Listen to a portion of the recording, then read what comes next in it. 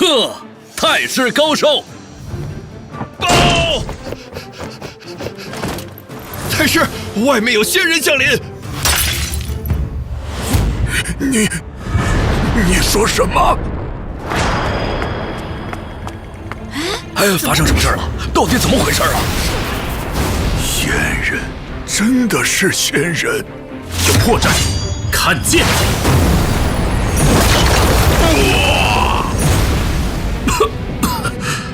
道玄子，可笑你我百年兄弟，如今却为了一部功法拔刀相向。废话少说，速速交出功法！既然你不仁，休怪我不义，一起毁灭吧！先反诈！不可！完了！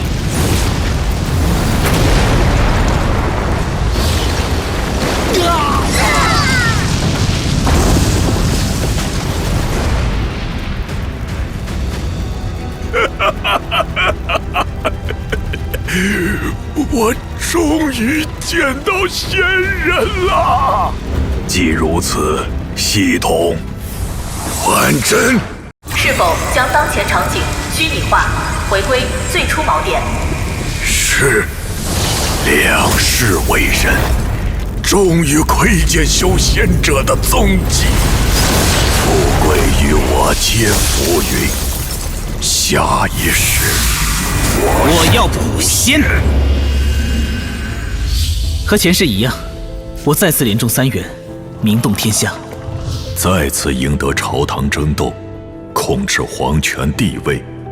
最重要的是，终于查清了仙人口中所说的仙凡杖，不过是凡人之血。没想到这东西竟然可以克制仙人。太师，武器检查完毕，全军已按计划准备到位。只是，我们真的能打败修仙者吗？他们不是神，只是修习了仙法的人。是人，就会有弱点。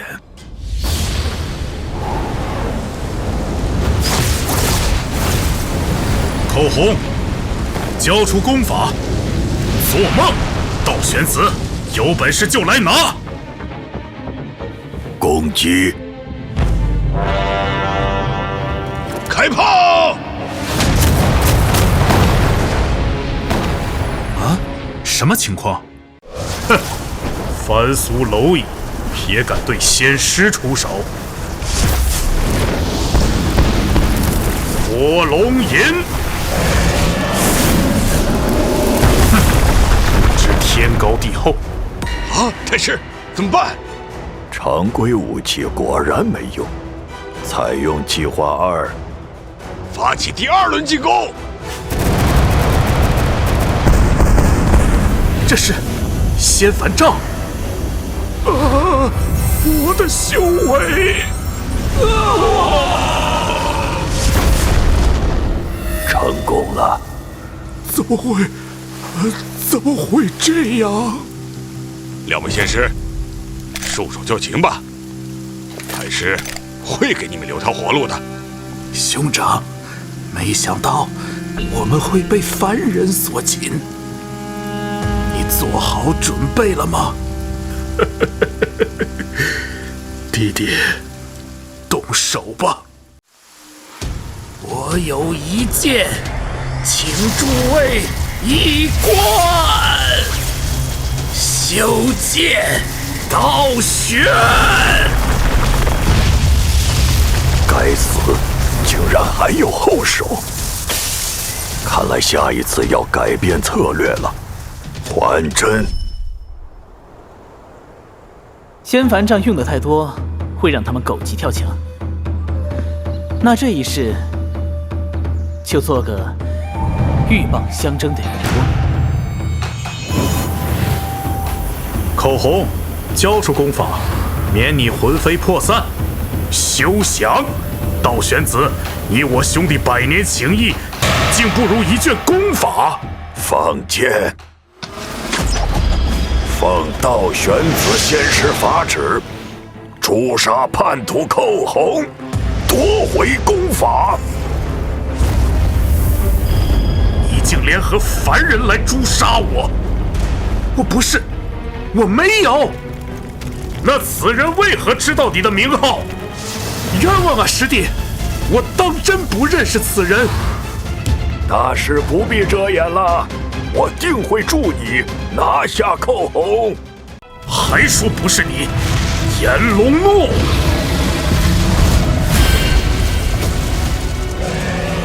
瞄准道玄子，杀之！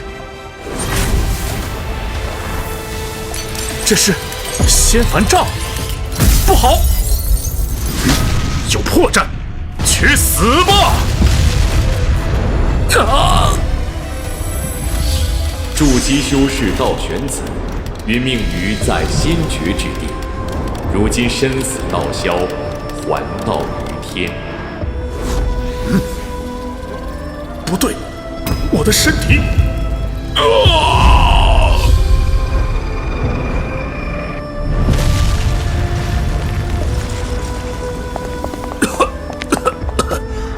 仙师，我们等你很久了。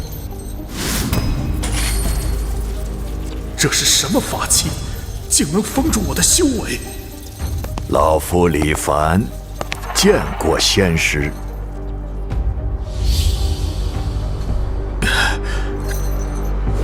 这是哪里？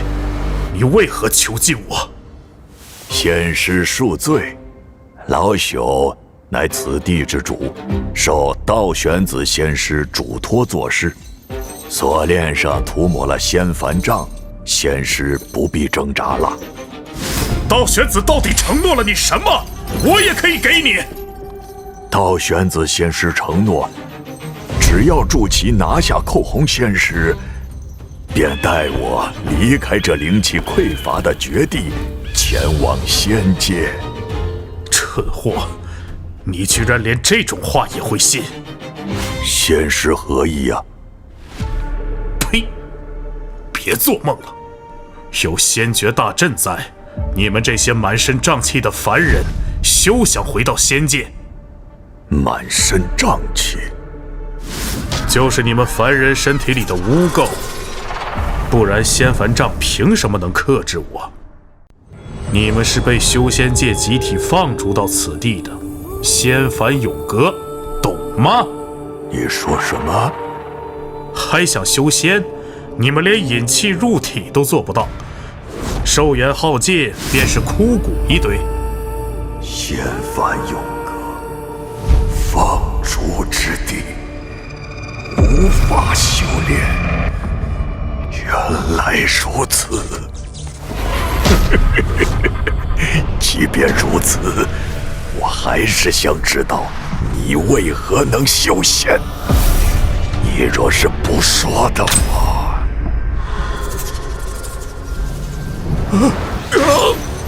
快停下！我的修为要散尽了。原来如此，凡人体内的仙凡杖能让你们修为散尽。把你知道的都说出来，我可以考虑放过你。我说，若要修仙，需用非洲法器前往仙界，可这类法器早已消失殆尽了。而且你一个70多岁的老人，根本不可能修炼了。这就不劳仙师费心了。你可知哪里还有非洲？若是我能找到非洲，可带你一起重返修仙界。我只知道此方世界的入口在东方的虚渊，但从没听说过凡人去往仙界，更没见过方舟。既然如此，你便没什么用了。你，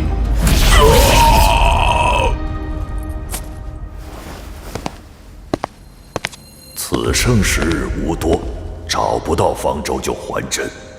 下一世，仙人之物也将为我所用。让我看看你们到底从哪里来，又在争抢什么。化实为虚，还真。先调查东方的虚渊，再找凤州。或许当初放逐凡人的非洲，被什么人带进墓中藏起来了。如果你还年轻的话，倒是可以去虚渊看看。可惜虚渊上的迷雾15年一散。太师，雾要散了。动身。怎么感觉凉飕飕的？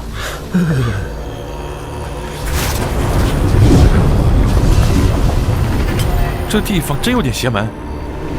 仙道往矣。仙凡杖并不会引起修仙者互相残杀。修仙界里还发生了什么大劫难？回去之后动用一切力量，翻遍天下所有的古墓。是。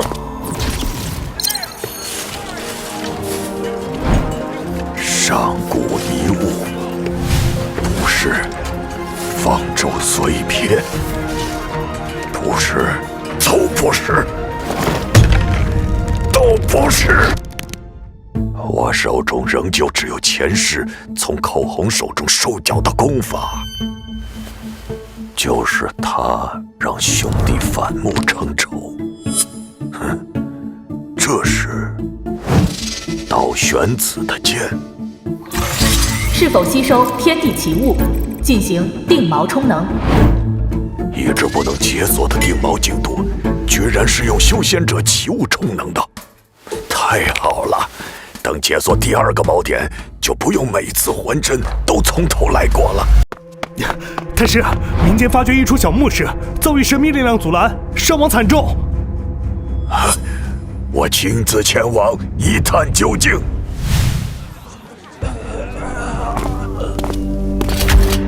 太师，此墓邪门，兄弟们一靠近就被无形之力弹砍，已经折了10几人了。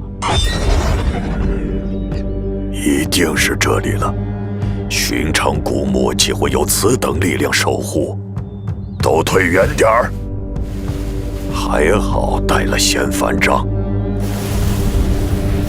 仙凡杖有用，此处就是仙人墓。守住入口，任何人不得入内。是。吾名钱弘，因仇误入此仙绝之地，历经艰辛，终觅得太炎舟。然方舟破损，吾不得炼器之道，形同废铁。后世若有修仙者闯入吾之坟墓，请将吾之尸骨带回修仙界，墓中所留之物，算作吾之答谢。钱弘绝笔。这便是仙人尸骨，终于找到了太炎舟。钱弘，你找不到驱动它的方法，但我有的是时间。寇洪正是奇修，化实为虚，还真。2位毁我太师府的仙人，还有利用价值。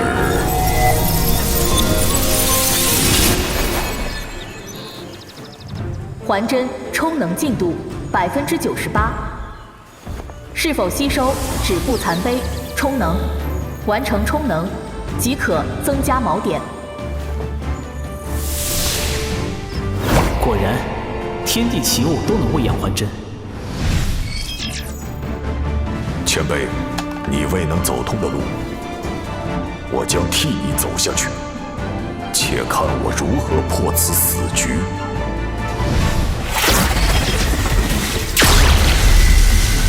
道玄子，你我兄弟2人竟为一部功法不死不休。2位仙师，且慢动手。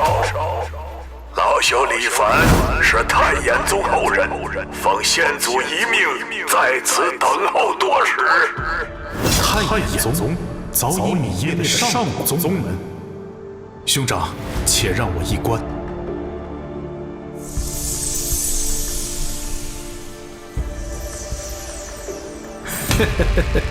凡人，你可知欺瞒仙师的代价？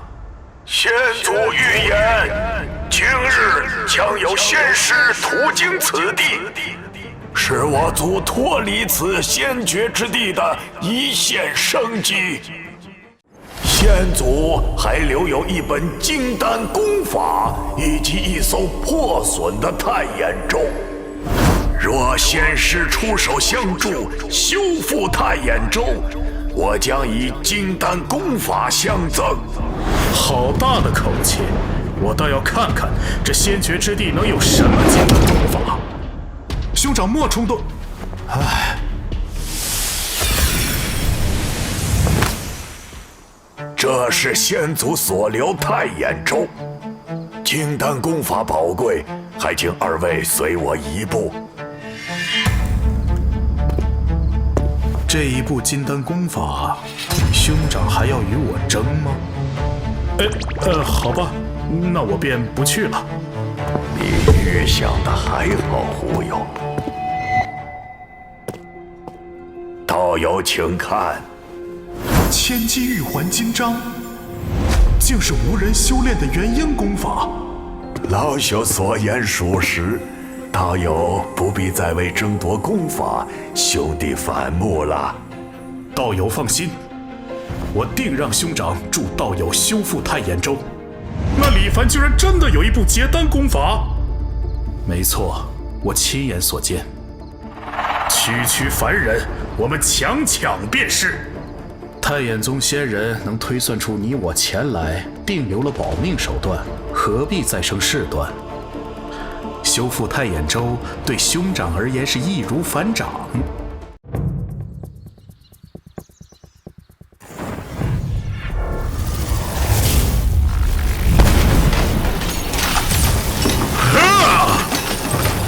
道玄子助我！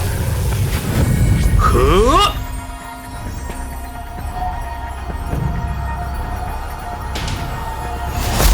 破！成了！不错，二位仙师辛苦了，修复进展如此顺利，老夫感激不尽。此乃老夫承诺的功法，聊表谢意。多谢道友。被忽悠了还谢我？道友修复太眼舟是要去无尽虚渊，这是我知道的大致地图。你若是真想探索，千万当心最后的黑暗区。多谢仙师指点，道友就此别过。若有缘，你可来修仙界丛云山脉找我。有缘自会相见。你我因功法不能同修而反目，没想到最后让凡人解了围。说起来，那李凡给你的是什么功法？总不能跟你的金丹是同一个法门吧？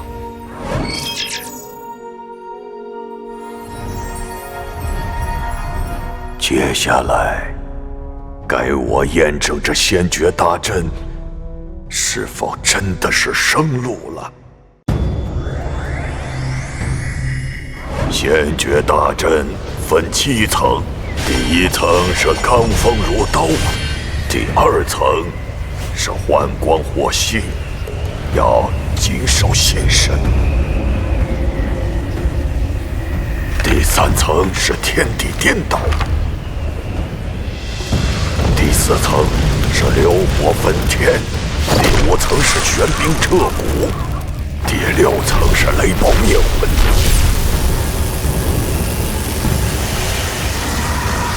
终于，前6层已过，只要穿过最后1层，便能到达修仙界。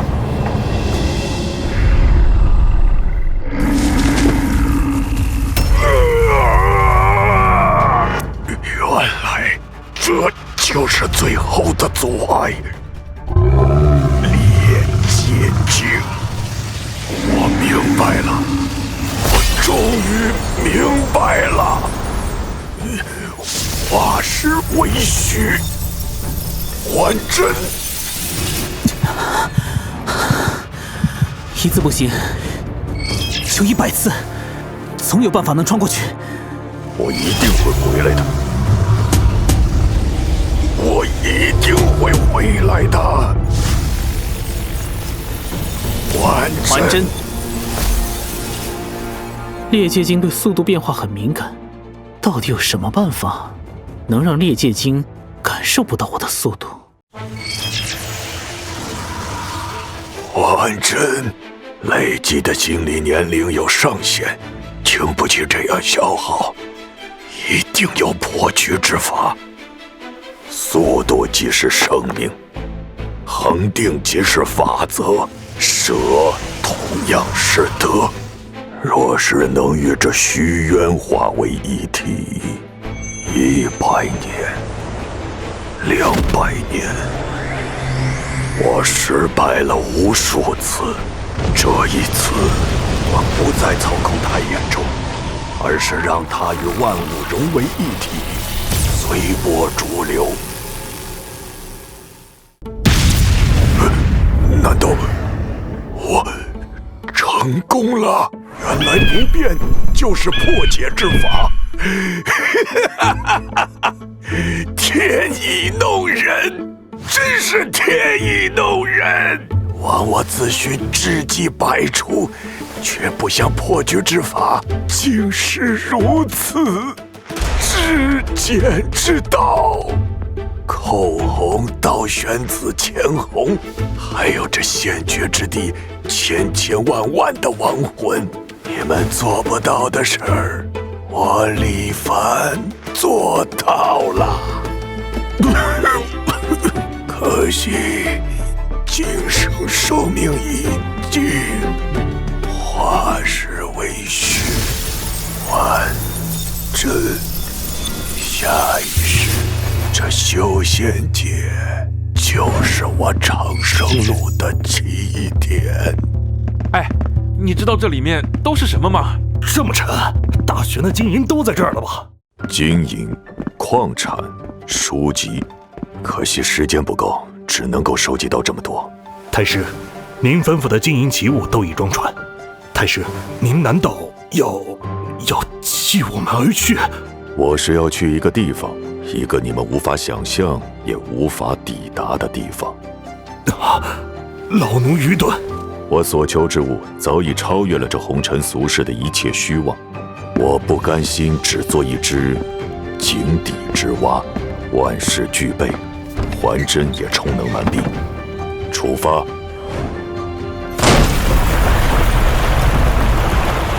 400多年了，我终于抵达了这修仙界。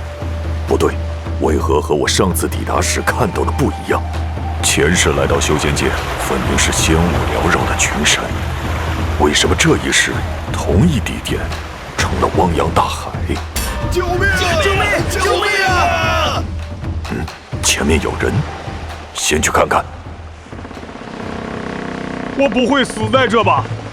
大家别慌，我已经发信号给仙师，他马上就来救我们。仙师，信号。虽然不知道这群人的身份，但是趁乱先混进去准没错。救命啊！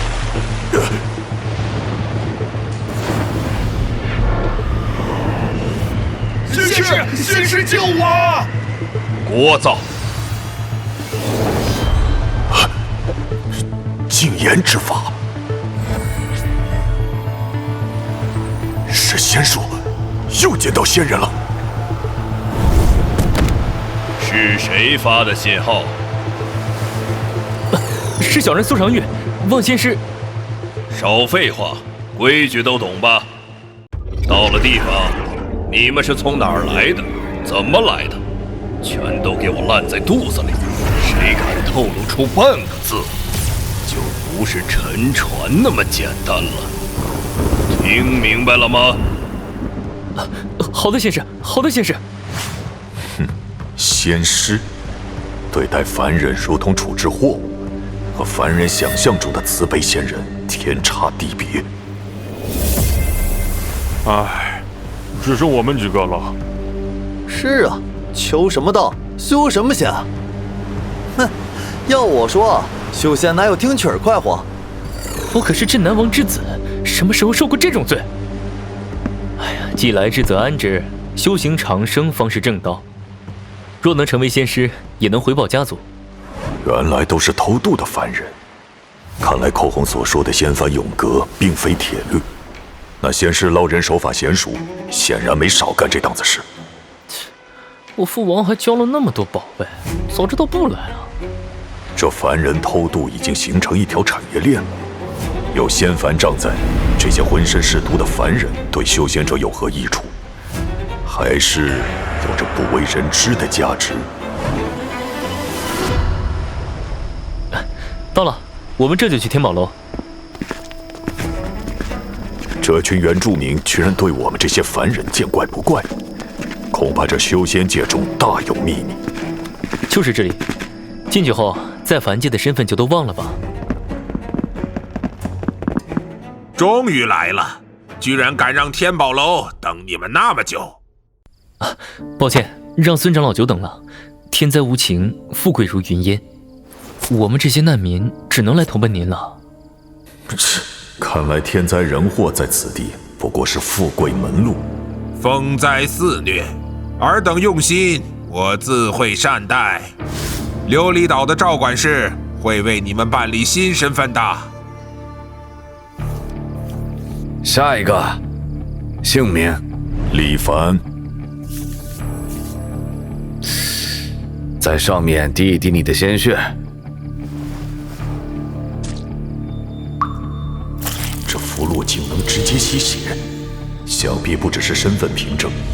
幸好还真与我神魂保佑，不会被外界查到。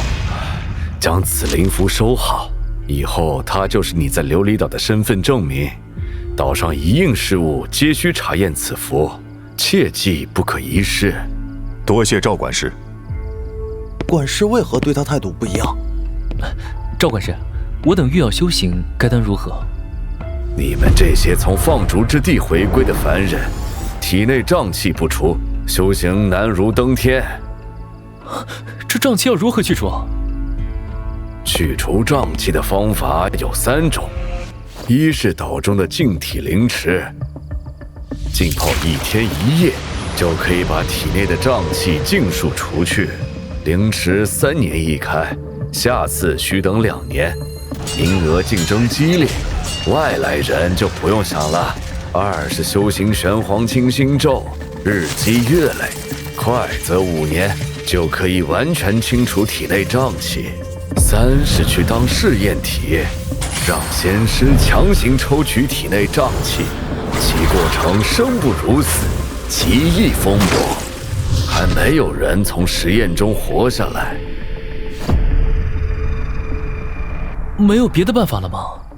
仙师后代若是凡人，自有天才地宝重塑身躯，这手段是琉璃岛主都不曾有的，更何况你我。那我也要搏一搏。仙道艰难，不如做个凡人逍遥快活。是啊。我到底为什么要来啊？听说就算能去除瘴气，最后想引气入体也很难。唉，灵池难求，清心咒耗时，实验体九死一生。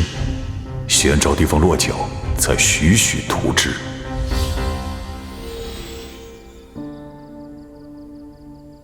虽然简陋，但总算有了落脚之地。首要之事是去除瘴气。灵池效果最佳，但名额珍贵，贸然拿出太眼州里的财宝太过招摇。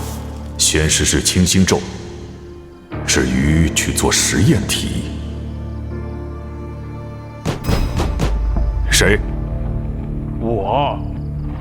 是船上那个叫叶飞鹏的胖子。这么晚找我，他能有什么事？什么事啊？阁下不是我们理解中人吧？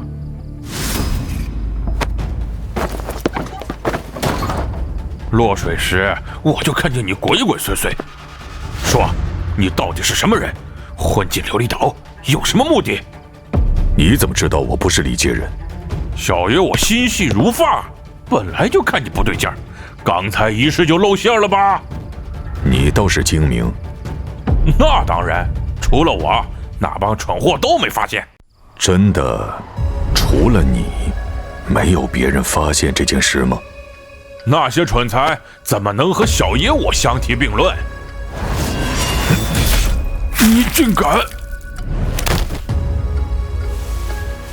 真是不知所谓，仗着点小聪明就急不可耐的来威胁。我们的身份本就见不得光，少一个，应该没人会深究吧？叶飞鹏消失后，至今无人过问。难不成离界的人找到了去证之法，无暇顾及同伴？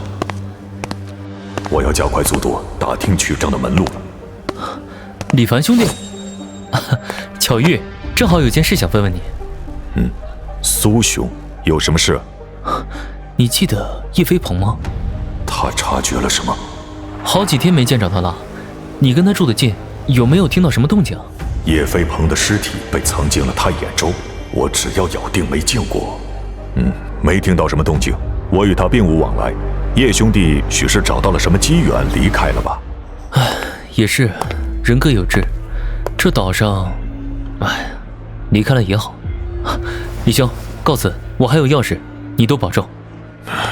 修仙界果然无人在意我们这些凡人的死活。上等琉璃鱼，刚上岸的仙师都夸好。琉璃岛民以鱼为生，但出海名额要靠琉璃府下发，私自捕鱼是死罪。哎呀，客官好眼光，这是船队刚带回来的上等货，看，就是那条船。这是又有大收获了。新的一批鱼来了！1、2！是沉船堡！老天，他们这次发大了！听说出海捕捞，捞的宝物能3成自留。这么多宝贝，够他们一辈子不愁吃喝了。沉船财宝3成自留，我那太眼州里的珍宝可以用海水洗一洗，打捞上岸了。琉璃岛船队出海的名额，大部分都在钱管事手里，管事之间也有竞争。先前赵管事对我的态度格外随和，可以一试。去！我们天宝楼的长老是你想见就能见的，滚开！不是例行盘问，而是直接驱赶。难道苏长玉和他们的合作出问题了？李兄，巧遇啊！有些话不知道和谁说，快憋死我了。苏兄他怎么就那么傻呀？萧兄何出此言？你不知道吗？他去当实验体了，那地方进去就是九死一生，活着出来也多半疯了。实验体？苏兄为何对修仙如此急切？还不是为了他那个妹妹。他妹妹身患怪病，时日无多，苏兄想尽快回去救他妹妹。原来如此，苏兄高义令人敬佩。只是如此一来，他与天宝楼的契约已结，天宝楼与咱们离界众人再无瓜葛。难怪天宝楼长老对我们避而不见。事已至此，多想无益。苏兄心性远超寻常人，说不定会有一番造化。苏长玉倒是个狠角色，只是可惜断了天宝楼的关系。不过天宝楼终究是生意场，总要开门做生意。你们天宝楼连生意都不做了，不仅赶客，更是大门紧闭，难不成是要倒闭了？对啊，天宝楼怎么开始闭门谢客了？好反常！这人也是莽啊，竟敢公开叫板天宝楼！既然阁下是来谈生意的，不妨入内一叙。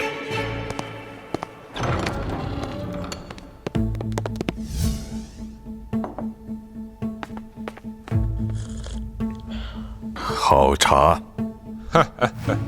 大玉岩龙生长在大玉岛周边海底火山口，随着大玉岛被毁，如今这大玉岩龙也成了绝品。那倒是沾了孙长老你的光。大离之事已毕，我天宝楼与你们离界中人本该再无瓜葛，为何如今又寻到我？哼，孙长老误会了，在下来谈一笔生意，关于出海船队名额的生意。生意？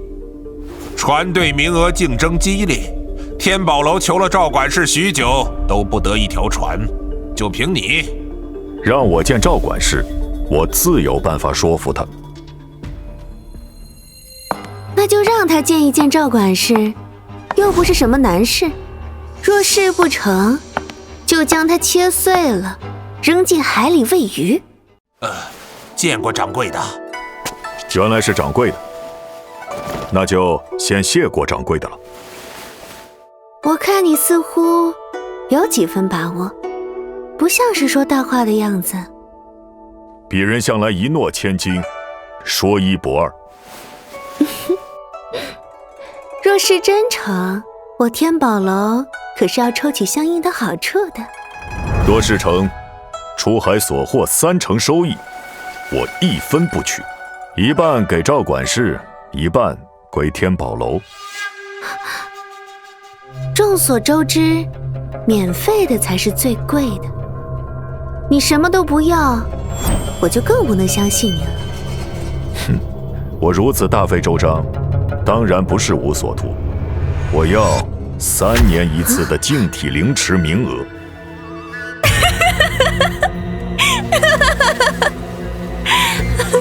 拜托，大叔，你都一把年纪了，还想学别人修仙？但求长生，虽死不悔。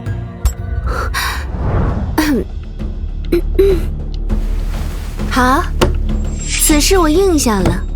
等定好日子，我再派人通知你。如此，便这么说定了。我在城外陋居，静候佳音。掌柜的，那净体灵池的名额……名额虽抢手，若他真能拿下一支船队，利润足以抵上一个名额。这笔买卖稳赚不赔。倒是那人的眼神。什么？罢了，按计划行事吧。就算一切顺利，离净体灵池开启还要2年。稳妥起见，先修行玄黄清心咒。若我天资惊人，不用2年时间就能自己驱出一身瘴气。苏长玉被送出实验室了。苏长玉去找成功了。苏兄，苏兄，苏兄！这实验手段竟如此残忍，我们一起安葬苏兄，让他入土为安吧。咱们初来乍到，根本凑不出买墓的钱，只能海葬。苏长玉心智坚定，重情重义，本以为是个人物，却连修仙的门槛都未能迈过，落得如此下场。为苏兄置办一处墓地，安心的走吧。昨日心性上佳之人，今日已然横死。去葬的风险太大，当真没有必定成功的方法吗？最稳妥的玄黄清心咒练了半个月，在我身上竟然没有起一点作用。终于有消息了。今日午时，天宝楼一叙。听天宝楼讲，你想要一支船队名额？正是。我手上名额有限，手下人都不够分，你有什么依仗？船队出海不过求利，赵管事觉得捕捞琉璃鱼与打捞财宝，哪个收益更多？前些日子船队意外收获沉船宝物的事情，我也听说了。可这种好事百年难遇。若是我执掌一支船队，可保证每次出海都一定能够带回财宝。奇了，你说的竟是实话。我说的确是实话，您是如何看出来的？我天生异瞳，能辨真假中间。世间竟有如此医术。那日入籍，管事对我另眼相看，也是因此。只能看个大概。我见你气质非凡，锋芒内敛，显然非池中之物，所以结个善缘罢了。这么说来，您一开始就知道苏长宇在骗你，我们并非风灾灾民，收拢灾民也是仙师的吩咐。看来不管是天宝楼还是仙界，都有自己的私心盘算，伤人重利更好办了。既然如此，船队名额之事，你初来乍到，没有根基，难以服众。下次出海，你先随船同行，若真能一举打捞沉船宝物，船员自然归心。赵管事思虑周全，到那时别说一个名额，就是从钱管事那儿抢一支船队给你，也不是难事。这么快就谈完了，可惜听不到他们谈了什么。看他们说笑交谈的样子，李凡居然轻松说服了最难搞的赵管事。不知他究竟有什么倚仗？去，将城里东街那处空置院子的地契取来。啊！快去，找到后给李凡送去。掌柜的，这不好吧？这院子可是咱们准备贿赂钱管事的呀！万一他出海一无所获，我们岂不是血本无归？钱管事胃口越来越大，一个院子在他那里换不来船了。但李凡此人不一般，真要送给他，也要等他帮咱们拿下船队再说呀。唉，现在送是雪中送炭，情分千金不换。等他真掌握了船队再凑上去，10个院子也拿不下了。哎，再看看他缺什么，家具摆件、侍女随从都一应送去吧。哦，连独具慧眼的赵管事都能拿下，我倒要看看这大叔到底有什么本事。李道友，修行清苦，这是我们掌柜的一点心意。东街小院，随女士2人。孙长老和掌柜的有心了，李某却之不恭，便厚颜收下。至于这2位姑娘，原来掌柜深谋远虑，这是要明修栈道，暗度陈仓啊！李某正好缺人打理庭院，有劳了。监视，意料之中，也好，有他们在，天宝楼才会更放心。各取所需罢了。船队只是开始，净体凌迟才是关键。苏长宇的教训有在眼前，每一步都需要谨慎。现在只要等船队出海。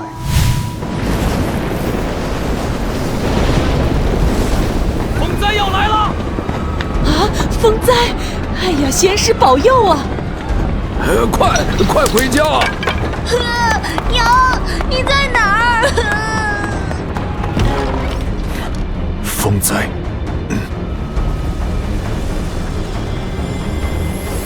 各归其家，不得外出。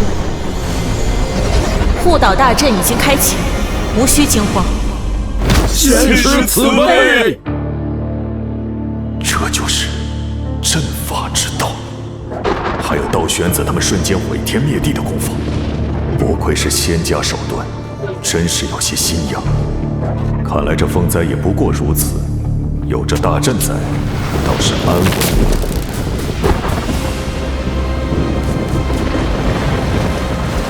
天怎么全黑了？上次风灾没这样。仙师保佑，仙师保佑啊！化石尾，我的耳朵听不见了。天塌了，是天塌了，我们都要死了。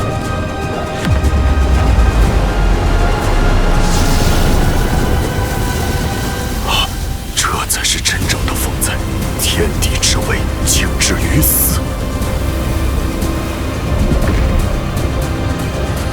还好有仙师坐镇，不然又要启动还阵了。仙师慈悲，多谢仙师。风灾过去了，必须尽快的去除瘴气，灵气入体。只有掌握更强的力量，才能不任人鱼肉。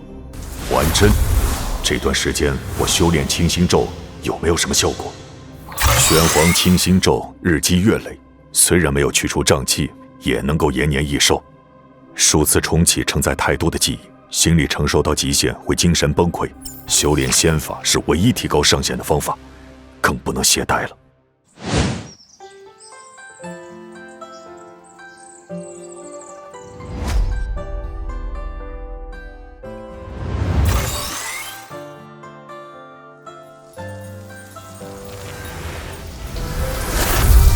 风平浪静，3日后码头集合。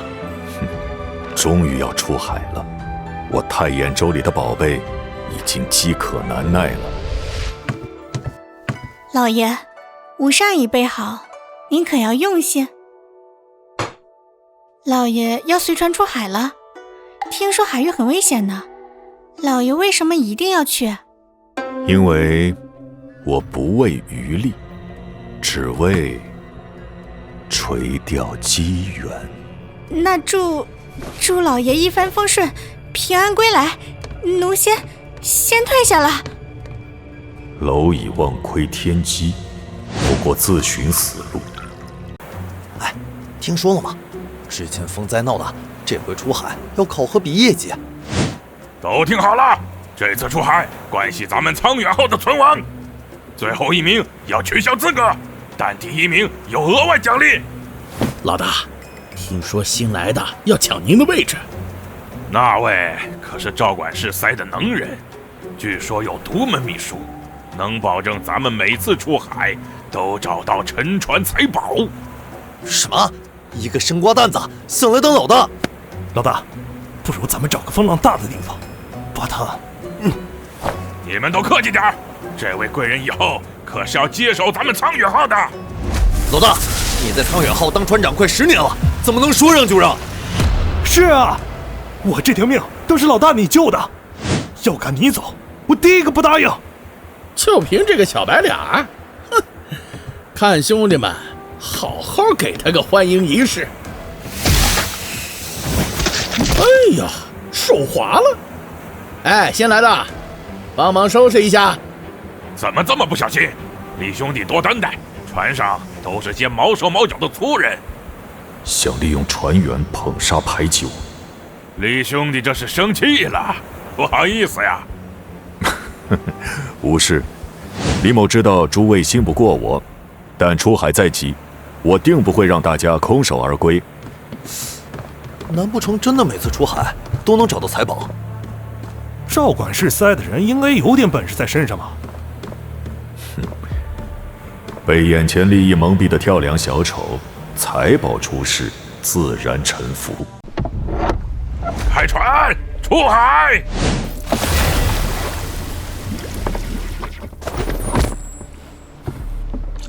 不愧是常年垫底的船队，林隐探路都找不到鱼群。哎，这次肯定是垫底了，都怪这个扫把星。赵管事都说了，以后苍远号要李帆兄弟带领咱们发财。返航在即，李兄弟一箱宝物都没找到吗？给我一艘小船，我看到财宝了。你说什么？天这么黑还有大雾，你嘴皮子一碰就说看到财宝了？机会稍纵即逝，珠宝光芒正在变淡，这是返航前最后的机会。哎，他不会是看咱们船没收获要跑路吧？对啊，不能给他船。如果你没能带回财宝呢？你只能赌我带回财宝，保住苍远号的船队名额。给咱们李帆兄弟放小船。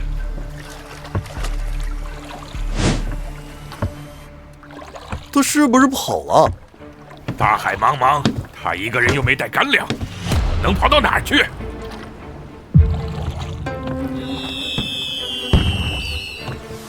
快把船开过去！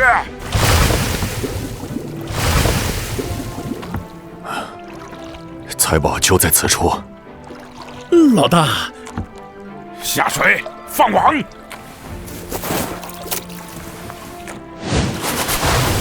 哎，我捞到了！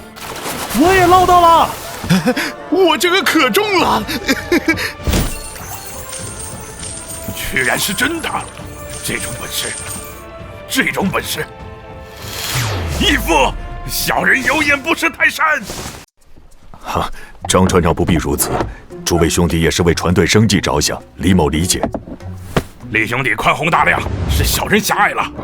为啥我感觉这些箱子好像没有被浸泡多久的样子？我们打捞的时候也没有看到沉船。说什么呢？这财宝都是货真价实的。此人手段稚嫩，好在识时务，做事干脆有头脑，可以一用。哎，那是苍远号，怎么吃水那么深呢？先不靠岸，你去赵管事府上报信，让他亲自派人来清点。明白。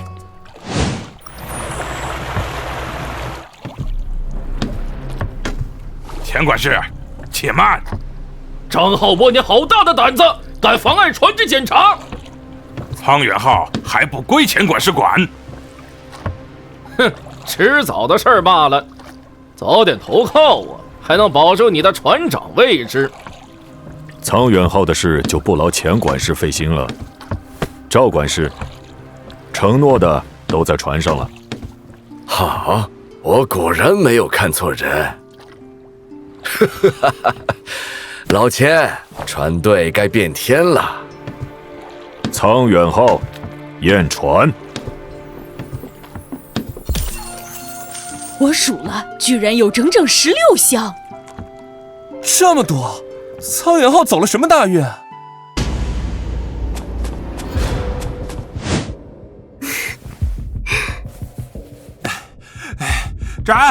掌柜的！什么事啊？门都不敲，吓我一跳。中年李凡上的苍远号拉回来了16箱珍宝。我明白了，这个李凡一定和我姐姐一样，是传说中的通灵宝体。原来是这样，还是掌柜英明，提前投资，这下我们赚大了。快，立刻安排最高规格的宴席。是。你的天赋果然不凡，第一次出海就是16箱财宝，真是给我好大的惊喜啊！这次的收获的确不少，可是往后恐怕很难有这次这么多了。哎，哪能每次都有如此运气？只凭这次收获，足够我为你运作一支船队了。如此，多谢赵管事。听说你大费周章，是为了求得净体灵池的一个名额。唉，正是如此。我年过半百才明白，世间富贵如云烟，唯有长生大道，方是永恒。你一把年纪，却有如此心性，我不如你。谬赞了。不知赵管事对这净体灵池名额一事？净体灵池名额的事，我没法帮你。名额由仙师直接定夺，仙师会公布一份物资名单，由各家搜集物资换取名额。要搜集物资，太眼周上的财宝只能当金银用。看来要尽快把财宝变现。论搜集天才地宝，琉璃岛上天宝楼当属第一。天宝楼，李道友，你的机缘在那位女掌柜身上。多谢赵管事指点。正式介绍一下，琉璃岛天宝楼掌柜殷以真。李凡，大叔还真是言简意赅啊！你难道没有什么想说的？比如通灵宝体？从未听说过什么通灵宝体。那你是怎么在茫茫大海中找到财宝位置的？只是心有所感罢了。还说你不是通灵宝体？通灵宝体能感应周遭宝物，你和我姐姐一样。通灵宝体，听着十分有用。你姐姐现在在哪儿？我们姐妹无父无母，从小相依为命，靠姐姐的通灵宝体才建立了天宝楼。可3年前，一位仙师认出了姐姐的通灵宝体，带走了姐姐，夺留我一人，在这天宝楼被仙师带走，带他去修仙吗？姐姐能力有限，只能感应普通财宝，对修仙并没有帮助。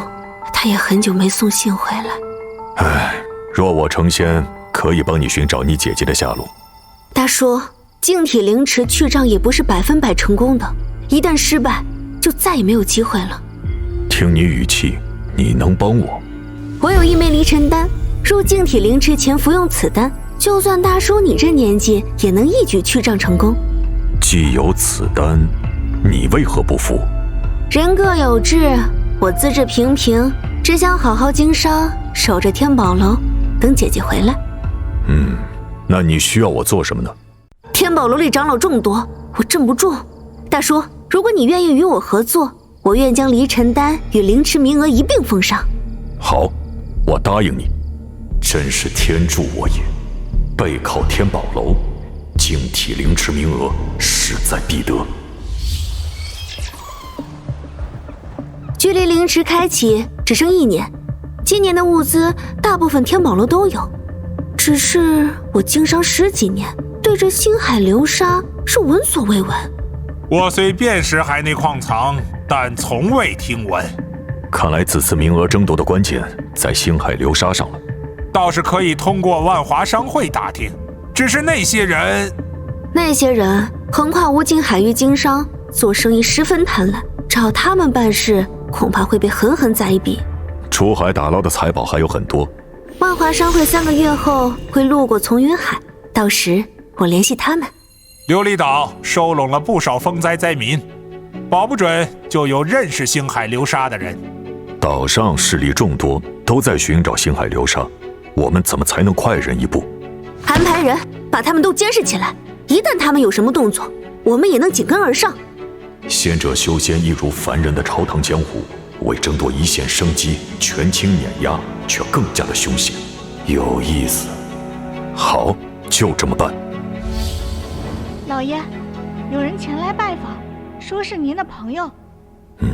朋友？我在这儿有什么朋友？进。李兄，好久不见。无事不登三宝殿，离界的人怎么会来找我？不知萧恒兄弟找我有什么事啊？李兄，听说你在找星海流沙？不错，我年事已高，想要修行只能靠净体灵池。怎么，你知道这东西？知道，当初仙师降临大黎，要的清丹物资里就有它，我家正是负责此物。原来如此，看来与人为善，偶尔也能结下善果。此物并不稀有，只是仙师的称呼与我们凡人不同。星海流沙就是天上的云铁。星海流沙，原来如此。说吧，你的条件是什么？我想要个像样的院子，一份轻松的活计。若是能有1、2名侍女照料起居，只要这些。当初你出钱安葬了常玉，是对我有恩，我本不该张口。可惜我没有李兄这么大的本事，如今还住在郊外干苦力维持生活。你的难处我知道，只要你能提供线索，有什么要求尽管提。如此，我便谢过李兄了。云铁不算稀有，但能被称为星海流沙的，表面不能坑坑洼洼，一整块最低要有50斤。堂堂镇南王之子，千难万苦来到这修仙大世界，不打算修行？那什么清心咒读着就困，我在这岛上安稳一生便好。玄黄清心咒能强身健体，岛上风灾不断，萧兄弟练些保命手段也好。院子侍女，我会命人送去。如此就多谢李兄了。我今天的活还没干完，就先告辞了。好，告辞。星海流沙就是云铁，这么简单，那萧恒可信？他与我一同来到琉璃岛，为人单纯率性，应当可信。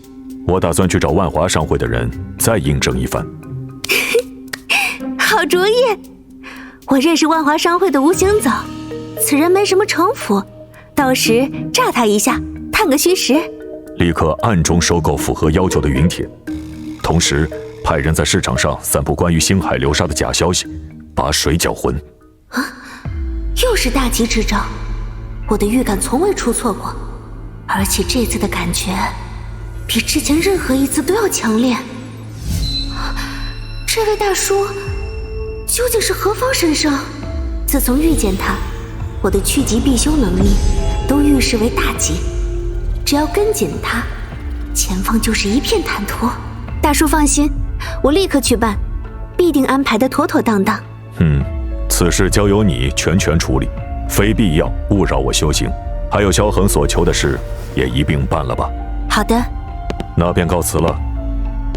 不管他是谁，既然趋吉避凶如此指引，那就压上一切跟紧他。这不仅是天宝楼的机会，更是我阴雨真的机缘。极光珊瑚，我全要了，钱都在这里面。那是天宝阁的人，该不会是在买星海流沙吧？深海怪鱼骨，我全要了。哎，他刚买的什么？我也要买。卖完了，那我去别的海域买。你们就那么相信天宝楼？万一他们也不知道什么才是真正的星海流沙呢？别和我讲。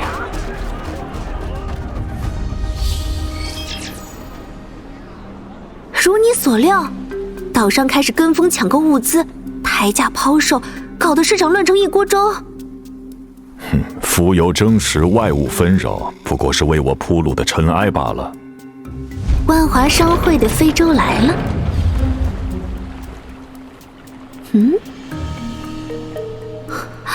这大叔究竟是什么来头？看到凌空而来的非洲也不激动。殷掌柜，好久不见啊！吴行走，给你介绍一下，我们天宝楼聘请的长老李长老。幸会，还是看看货吧。恐怕这次之后，我们很难再见面了。啊？为什么？不知道啊。总部下令搬出从云海。哎，我们快些验货交易吧。啊，好，先随我去天宝楼吧。玉璧16对，珊瑚23件，夜明珍珠46颗，星海流沙3块。哦，让我瞧瞧。这吴行走不是普通凡人，星海流沙最轻也有50斤重，在他手上却宛若玩具一般。殷掌柜，你们天宝楼这次好运气啊，居然搜集到了星海流沙这等好物。看来萧恒的消息千真万确。哎，你满意就好。只是刚才听你说，万华商会要撤离琉璃海域，不知下次再见是什么时候了。唉，最近你们多留意，这片海域要变天了。殷掌柜、李长老，你们啊也要早做打算。多谢提点，世事无常，唯有顺势而为。没了万华商会的供货，天宝楼日后该如何是好？船到桥头自然直，眼下净体灵池的名额已是囊中之物，下一步才是关键。相聚是缘，二位可有兴趣去我那万华号上看看？这些年我搜罗了很多稀奇玩意儿，说不定与二位有机缘。啊，真的吗？早就听说过你识物的本事，要是今天能开开眼，我求之不得。好，船上已备好宴席，二位请随我来。这些是我多年私藏，二位若有兴趣，可以挑几件带走，就当交个朋友。啊，这里简直是宝气的海洋，哪件吉兆最强？哪件最值钱？凡俗奇珍与长生合一，不过是过眼云烟罢了。发现天地奇物沧海珠，是否进行锚点充能？这这沧海珠竟然激活了还真的锚点充能，不能表现得太激动，悄悄打探虚实。多谢吴老板啦！啊，你不挑几件吗？难得吴老板这么大方，过了这个村儿就没这个店了。殷掌柜说的对，李长老不拿，是不是看不起我吴某人？如此，李某就不客气了。嘿，这小珠子也挺别致啊！李长老好眼光，这玉树可是被供奉了数千年的古物啊。不过这珠子嘛，好像是我从流云岛一渔夫那儿收的，看着稀奇而已。哎，你喜欢就一并拿去。流云岛，多谢吴老板了。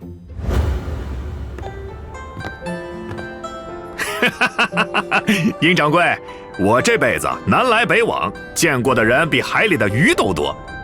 可你引进的这位李长老，跟这琉璃岛上的人不一样。具体哪儿不一样，我说不上来。这茫茫丛云海，怕是困不住你这条潜龙啊。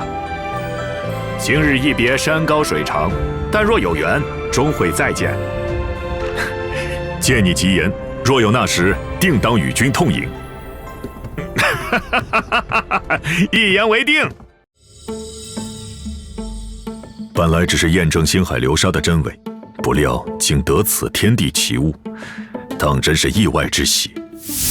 每个天地奇物都代表着天地间某种特性规则。囚龙之是以小博大，袖剑倒悬则是不屈意志，止步残碑则是书写律令。不知道沧海珠中又有什么奥妙？唉，或许只有修仙者才能一窥其中的奥妙吧。还真，生理年龄估计再难长了。好在我日夜修行玄黄清心咒，能让心理年龄缓慢增长。一切都要等到灵池洗礼后再看。灵池洗礼后，才是修仙之路的开始。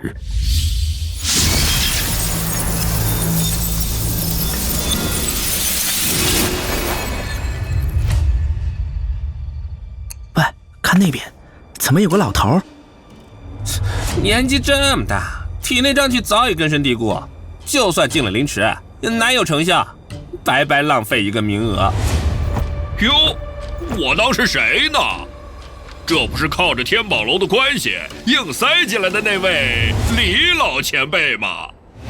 我说前辈，去障之苦，您这把老骨头扛得住吗？别到时候仙没修成，反倒把命搭进去了，那可就不值当了。嘿嘿嘿嘿。心性浮躁，纵然年少，仙路又能走多远？你，哼，待会儿进了灵池，有你好看！我们走，到时候给老头子收尸。还好有离尘丹，仙路崎岖，大浪淘沙。今日如此狂悖的人，能不能活到明日，都是未知数。哇，这是仙境吗？太阳的位置不对，看来这山顶上是幻境。此处风景如何？仙师是仙师，见过仙师。这里风景绝佳，不愧是仙家圣地。我从来没有见过如此奇景，真是令人心潮澎湃。如此心性，若非家世显赫，恐怕几辈子都无法踏入此地。修仙路上投胎也是种本事。我刚来琉璃岛的时候，这座山峰的高度只是群山之末。仙师好神通，居然能拔山而长。当时我只是筑基期修士，哪能有这等能耐啊？只不过世间山川也会和人一般，渐渐长高。有些山峰看似高耸，实则命数已尽，终身不能再进一步啊。而有些山看似微不足道，但是谁又能断言，若干年后它不会成长为撑天一柱？更多的山峦终其一生只能为云海之下的陪衬。山犹如此，何况人乎？先师这是什么意思啊？叽里咕噜听不明白。哼，我定会成为那万人之上的最高山。凌迟只是起点，道途漫漫，资质、心性、机缘，缺一不可。不知这些人在凌迟之后，又能有多少活下来？今日你等有幸踏入凌迟，洗去一身瘴气，但能不能踏上千途，就全凭各自的造化了。言尽于此，尔等去吧。何仙师，请问这净体凌迟又在何处呢？就在那里。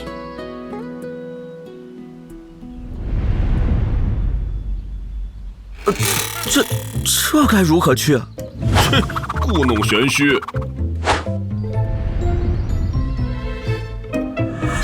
这真的是悬崖！老头，你拿了我们那么多物资，耍着玩的！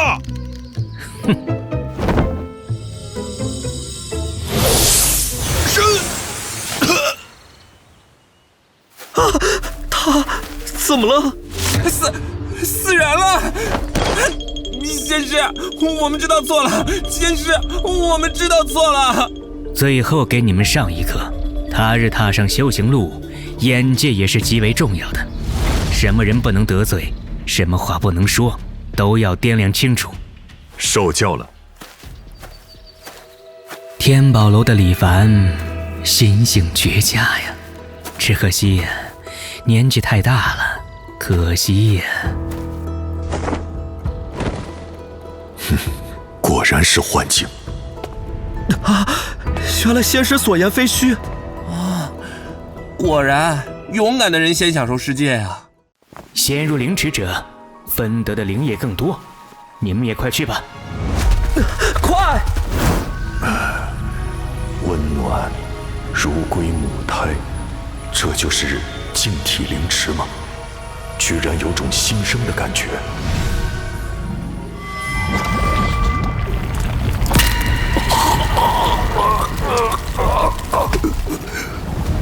幻阵，化石为冰，500年轮回，苦苦追寻，不就是为此刻长生？我要长生，不能在此刻放弃。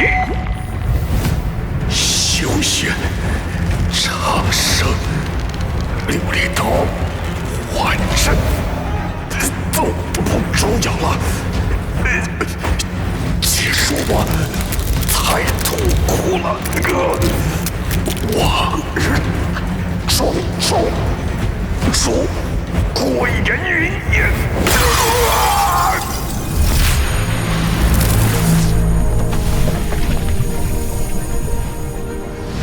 玄黄照分，神气充盈，陈念纷扰，无心自清。念气不随，念灭不惊，少阴存真，道气乃成。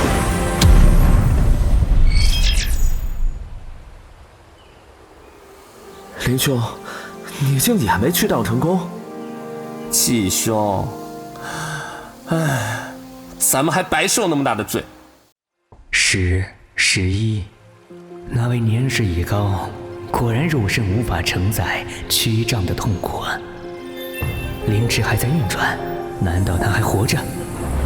此人意志之坚定，简直骇人听闻。若是他能净体成功，修炼到筑基期，必然不是难事啊！怎么还不走？难道在等那个大叔？年纪越大，瘴气就越难驱除，那大叔肯定失败了。驱障结束，你们走吧。仙师干嘛要等一个去障无望的废人？季兄慎言，只疑仙师会没命的。此人心性不凡，若真能活着出来，可以早早结个善缘。真是个怪物呀！竟然可以在这净体灵芝法阵中坚持这么久，灵力将尽，阵法若强行终止，他非死即残。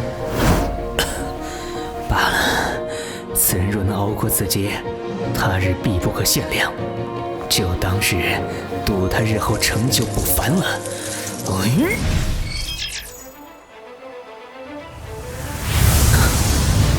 这是成了！恭喜小友，自此志不进去，长生有望了。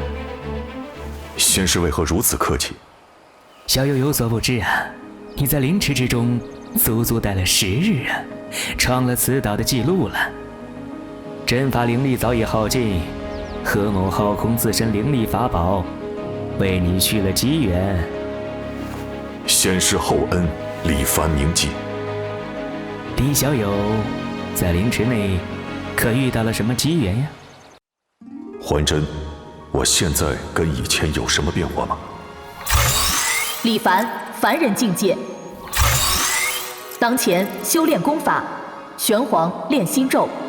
玄黄炼心咒，不是清心咒。功法在我身上发生了变异，我的线路注定要与常人不同。生理寿元突破100载，心理寿元竟暴涨2000年。晶体灵芝只能断体，寿元暴涨，定是玄黄炼心咒的功劳。究竟为什么会发生这种异变？仙师倾力相助之恩，李凡铭记于心。他日必有厚报。李小友言重了，仙道艰难，我看小友心智坚毅，将来必非池中之物。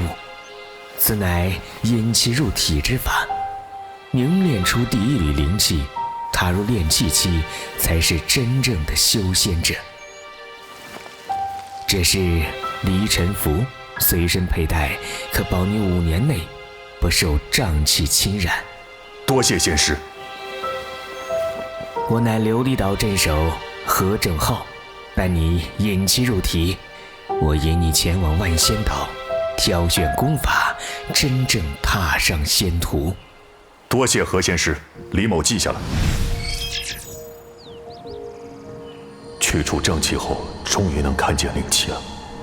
引气入体，炼气修仙，近在眼前。这炼心咒竟能直接锤炼心神，增长心境，此功法神妙至极，远超想象。上古有仙尊，见众生求仙无门，心生怜悯，传下逆天之道。我欲成仙，何必求天？天若不许，我自去取。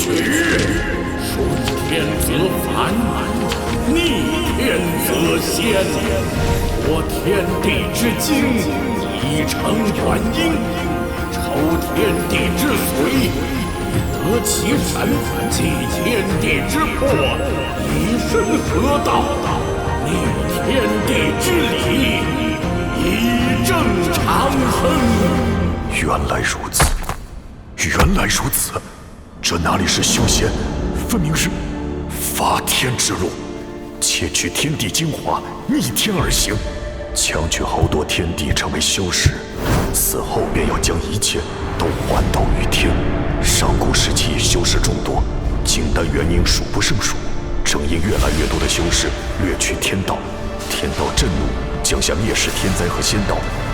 此一部功法只能一人修炼，同修者视对方如仇敌，不死不休，顺天为凡，逆天为仙。很好，这样的仙路才配得上我数百年的挣扎与追求。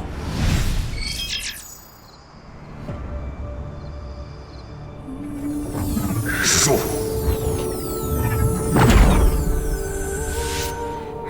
引气入体又失败了。修炼武灵感气法需要5种情绪燃料，可我体内刚刚滋生情绪，就会被炼心咒迅速炼化，无法积攒。看来一直闭关是不行的。若想突破至炼气期，要寻找别的方法。闭关3年，都快忘了人世间是什么样子了。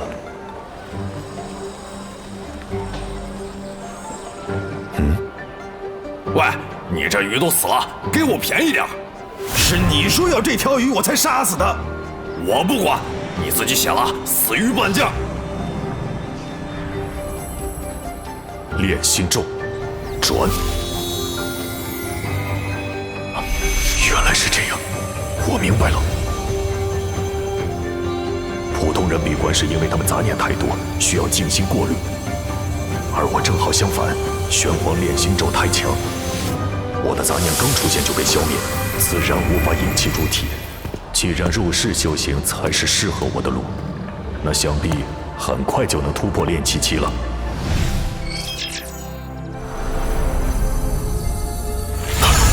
来了，积攒了5年的灵气，终于够了。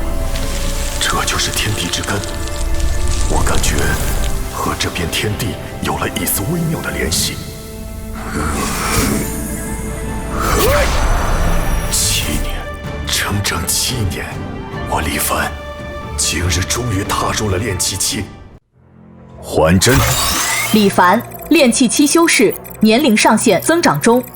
炼气期能增寿200岁，到筑基期再加100年，不够，远远不够。要窥得天地之法，才能与天地同寿。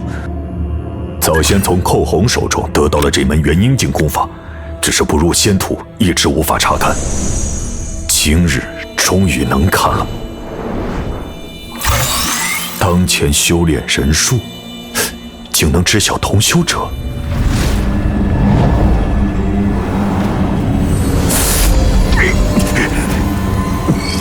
我炼化天地奇迹，以此混淆天地为我所用。好霸道的功法！此功法虽强，却无比凶险。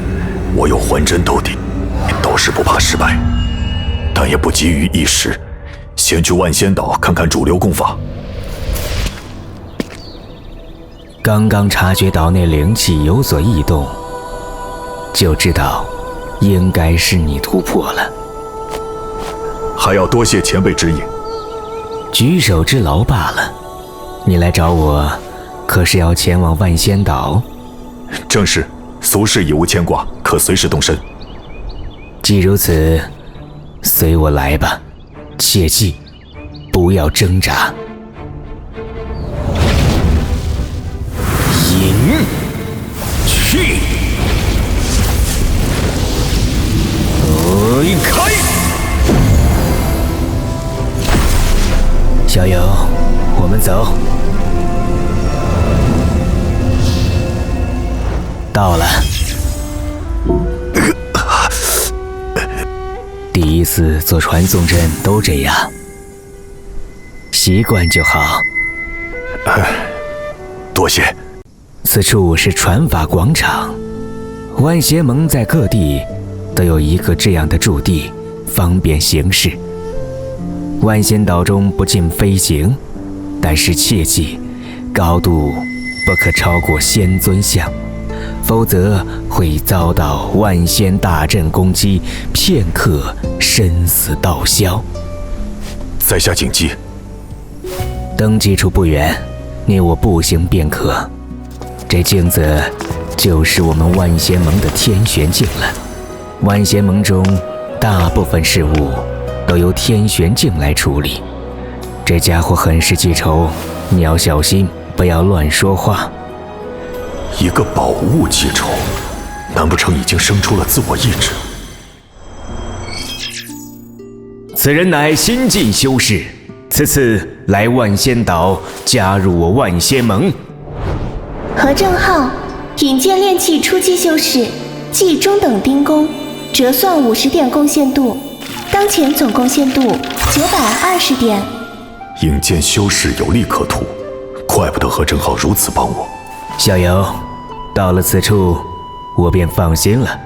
有问题可以问天玄镜，我还有守岛职责在身，就不多奉陪了。多谢仙师。什么情况？记录神识波动成功，修士报上名来。李凡，修士李凡，欢迎加入万仙盟。作为福利，赠送20点贡献度。你可以通过上交物资、完成任务、与人交易等方式获取贡献度，同时可使用贡献度兑换灵石、功法、法宝等，如遇到自己无法解决的问题，也可消耗贡献度发布悬赏。如果我在万仙盟混不下去，可以离开这里改投别处吗？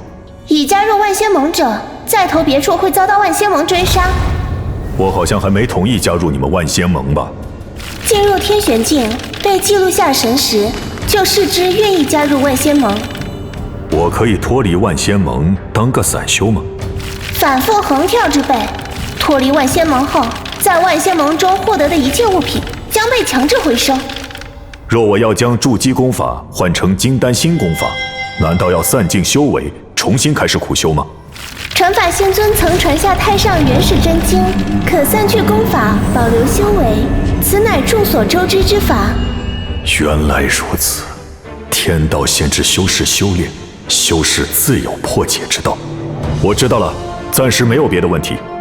好的，修士李凡，正在生成你的专属私人空间，你可以随时使用天玄境任意功能。私人空间，就生成我最熟悉的地方吧，和记忆中的太师府一般无二。若天玄境为我所有，先看看主流功法有什么。最基础的功法要1000贡献度，但炼器初期能接的任务报酬居然只有10点。寻常路子获取资源太慢了，先试试天玄境对修炼能有什么帮助。这便是启灵状态，修炼速度快了数倍，灵气也暴涨。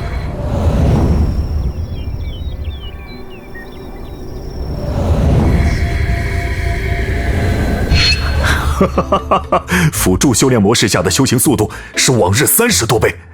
天玄境此等宝物，日后定要收入囊中。此等至宝当徐徐图之，当务之急还是接取任务，赚贡献度现实一点。琉璃岛，这任务正合适。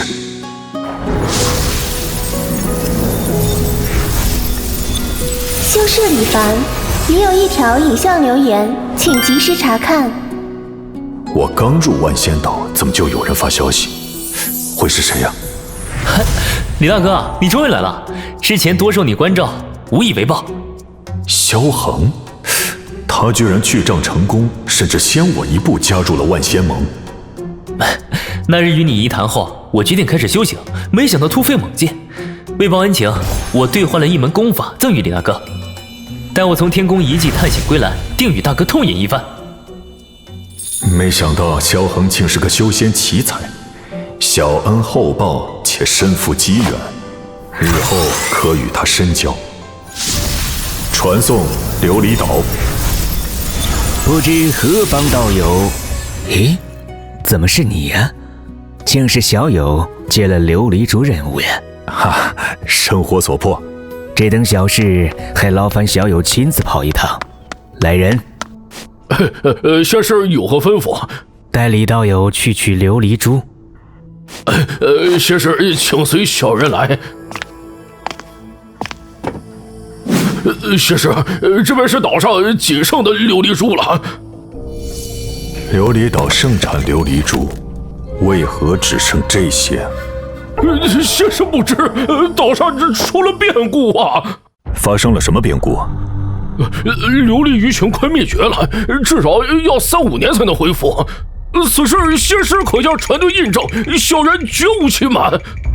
船队，我知道了。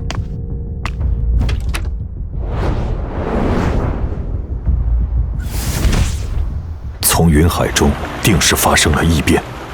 李仙师，张船长，多年不见，近来可好啊？这些年风灾减少，原本仰仗李仙师取得的财宝过了这好日子，只是最近从云海海面不知为何开始下降，鱼群聚在海底，数量锐减，难以打捞，甚是奇怪。风灾减少，海面却下降，鱼群反常，所以我决定离开从云海。临行前能再见李仙师，是你我缘分，就此别过。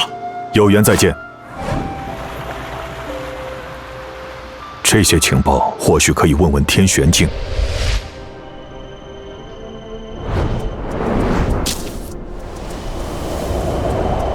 小友请留步。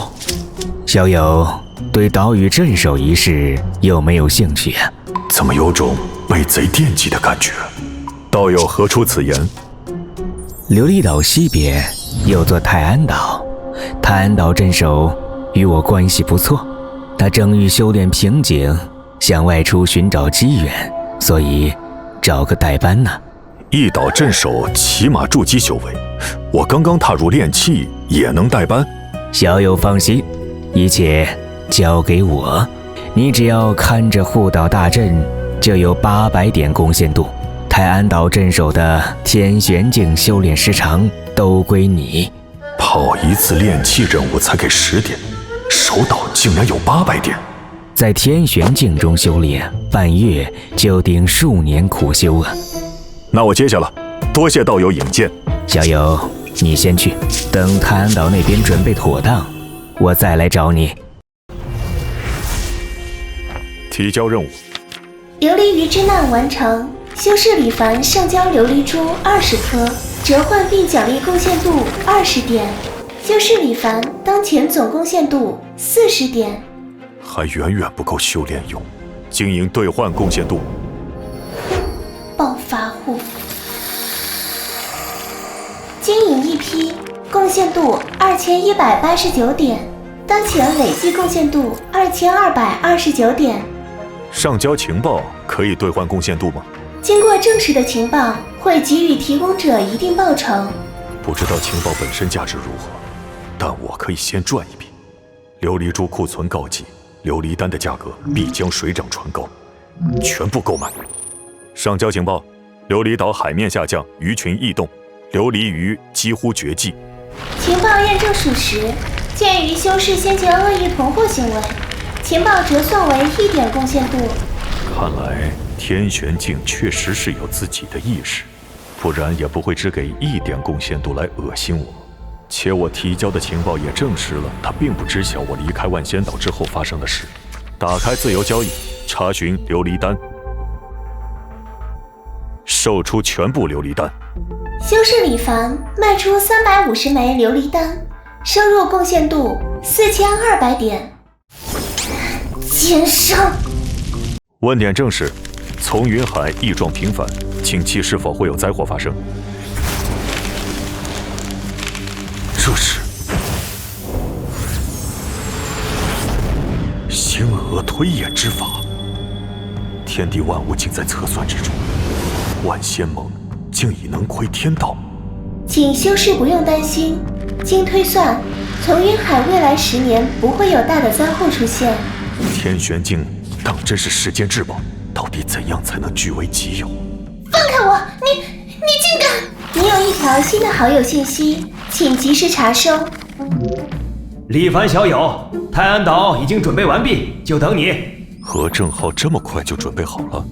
不知道他葫芦里到底卖的什么药？传送泰安岛。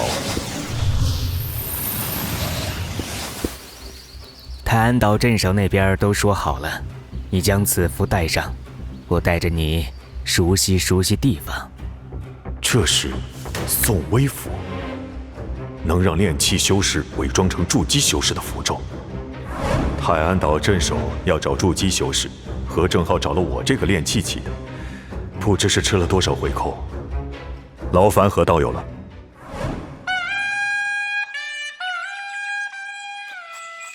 有果子成熟了，小友还未见过泰安岛的特产吧？随我来。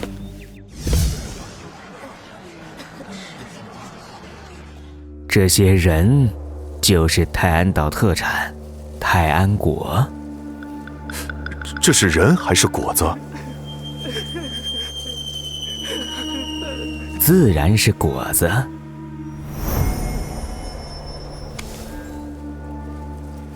小友尝尝，能够延年益寿。好香啊！生理年龄上限+5。的确是植物，有延年益寿功效。500年前，泰安岛上的居民一夜之间全都变成人面树，结出果实后化作笑面果，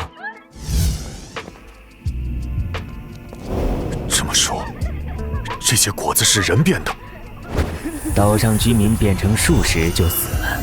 万仙盟查过，这些果子不过是诡异执念，只有模仿人生活的本能。有延年益寿功效，即便真的是人，也会被当作果实。不过，只有第一次吃泰安果，才能增寿。此乃镇守玉牌，可调护岛大阵，要妥善保管。岛上还有些凡人，他们不敢打扰镇守仙师，小友在此安心修行。我都知晓了。那便祝小友修行顺利。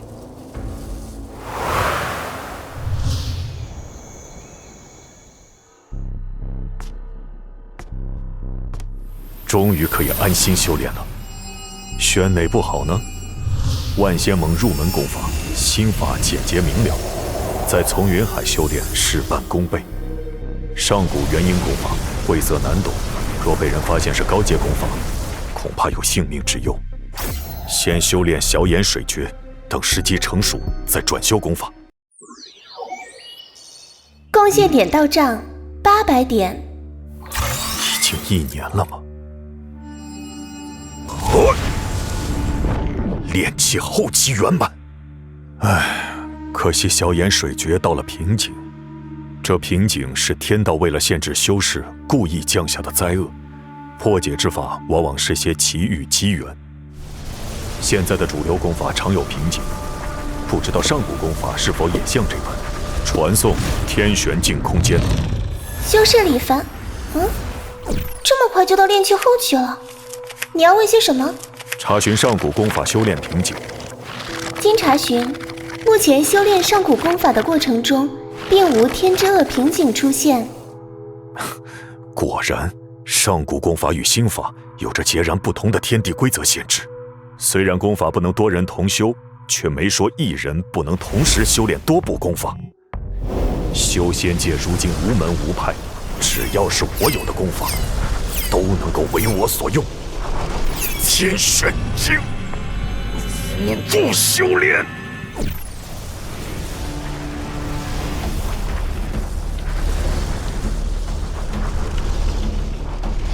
只要灵气充足，我便能双法同修。成了，接下来只需将千机玉环经章修炼到炼气圆满，更进一层。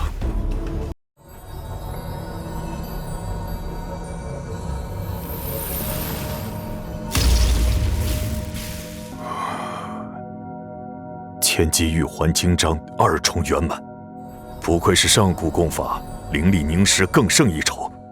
上古功法还附带了特殊能力变机，竟能让我看到天地奇迹。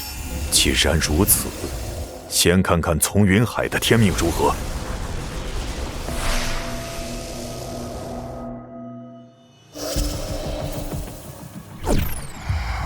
没有一丝生机的死绝之地。海岸岛上发生了什么？竟被天地杀机锁定。变机，追踪。天地杀机锁定的是我。天要亡我。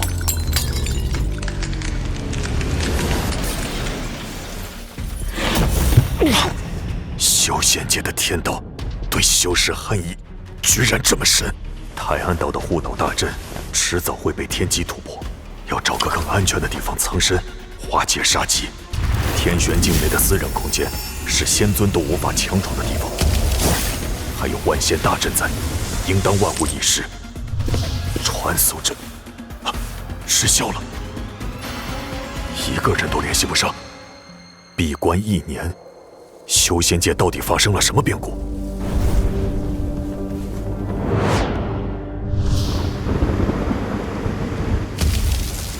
不知道这护岛大阵还能够撑多久，先回万仙岛看看吧。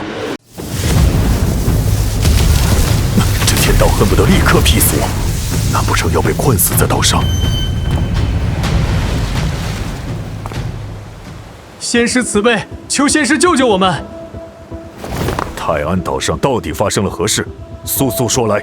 启禀仙师，岛上足足1年没下过雨了，没水没粮，村里死了一半的人。天玄镜明明预言10年内葱云海不会发生灾祸，难道这种级别的旱灾，天玄镜都不放在眼里？海水远退，连鱼都捞不到，求仙师救命！你们能正常出海？是能出海。一叶障目，原来求生之法就在眼前。谢仙师，谢仙师，谢仙师。凡人都能自由进出大阵，不被天地杀机针对。我化去新功法不就好了？置之死地而后生，上无名，复归原始，小眼水诀，散。功法散去，境界尚在。天地杀机消散，且去万仙岛上看看，到底发生了什么。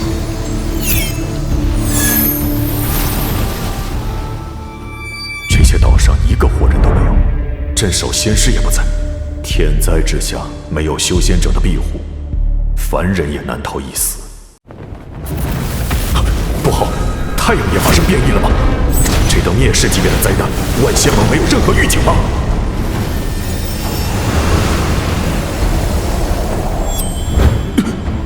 万仙岛消失了，仙尊大能坐镇的万仙岛就这么没了。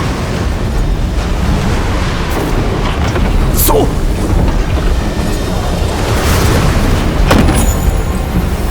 其实死路一条。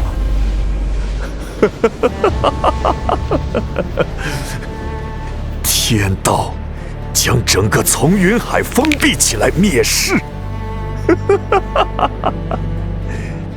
天不留一线生机要我死，我偏不服。天地奇迹，变机。天宝楼、泰安岛、苍远号的船员，都无一幸免吗？整片丛云海，当真没有一线生机了吗？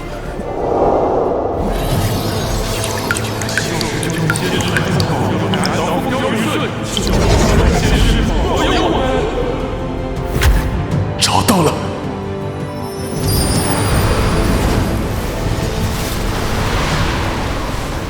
救苦救难仙师保佑，泰安岛风调雨顺。我自身难保，如何保佑你们？是仙师，仙师回来了，我们有救了！救苦救难仙师保佑，岛上许久不曾下雨，乡亲们快活不下去了。唉，变机指引的生路，当真在这些人身上吗？一片死气沉沉，命数已尽，我能有什么用？啊，生路在我身上？不对，有沧海事，自有沧海生。生机在沧海珠上，我明白了，我终于知道了。以我的穿越为锚定元年，上一世锚定65年，我85岁冲破仙绝大阵，看见修仙界连绵的群山，这一世锚定20年。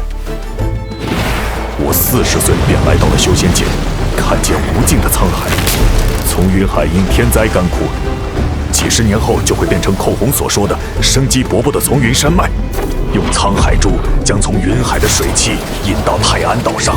这样一来，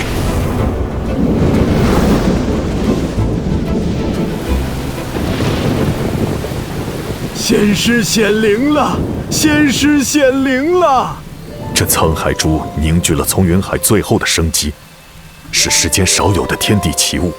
灾难终将过去，我将在泰安岛闭关，尔等安心生计。救苦救难仙师仁慈，仙师没有抛弃我们。仙师降雨，保佑泰安岛。天要亡丛云海，但海不服，将生机凝聚于沧海珠中，以待来日，让我看看这天地奇物有什么大用处。糟糕，神识被反噬了。这是丛云海的神识，不好，要被神识吞噬了。天地的意识太强大了，还真短短瞬息看遍丛云海现状，就消耗了35年寿命。千机玉环经章，炼化天地气机，感应天地意志，修炼此功法当事半功倍，神化沧海，与天地同寿。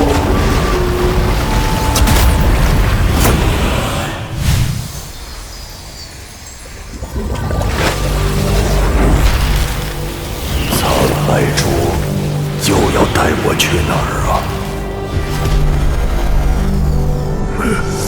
那是天地之魄。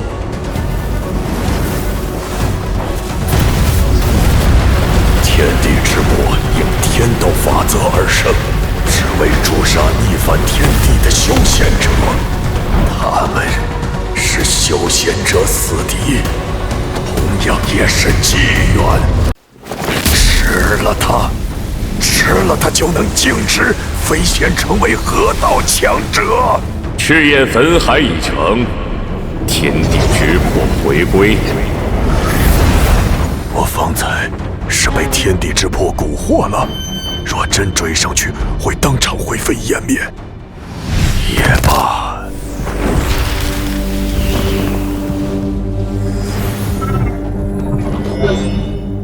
这一次神化沧海，居然过了20多年，瓶颈消失了，炼气圆满，下一步便是筑基。沧海化桑田，万物更新。可惜我此生寿元将尽，天灾已过，有修仙者回来了。兄长，你我二人在这丛云山脉定有一番造化。哈哈哈哈！金丹大境指日可待。哼！世间修仙问道之人无数，造化杰出之辈更如过江之鲫。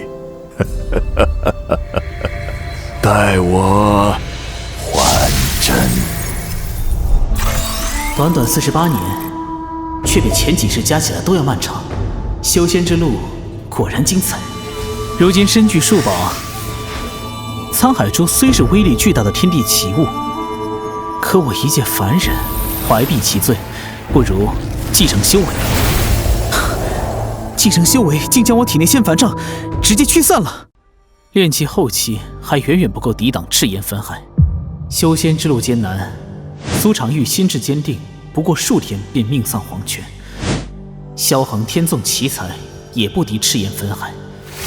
反倒是云南张浩波，离开丛云海后，不知道遇到了什么机缘，竟成了筑基修士。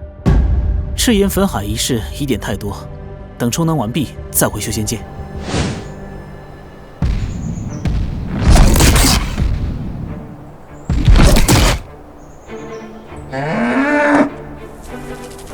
无相杀机，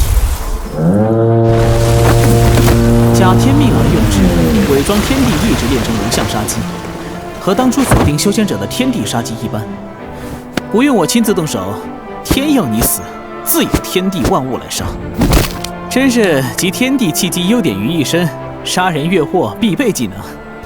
还真充能完毕，该回离修仙界了。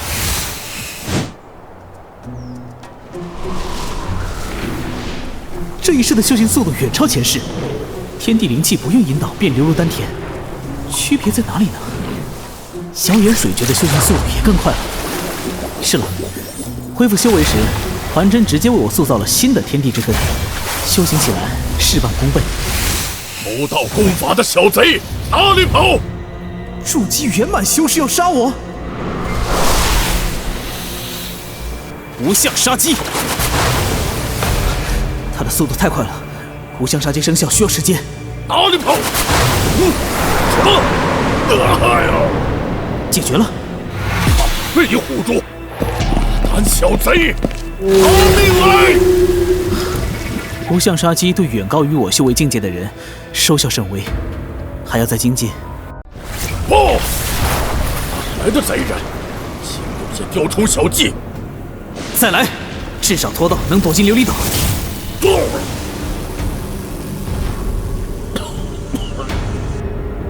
一岛镇守何正浩，还不出来！我一起杀了这个偷盗万仙盟功法的贼人！万护法，你怎么被炼气修士搞成这副模样？不好，琉璃岛大阵非我能抵抗的。金神还没来得及拉拢何正浩，看来难逃此劫了。废话，动手！2个筑基打我炼气，看我还真！万仙盟的人在追杀我！我刚进入修仙界便被直接锁定位置，万护法的境界也远高于我。万仙盟为何能瞬间知道我修为境界和位置的？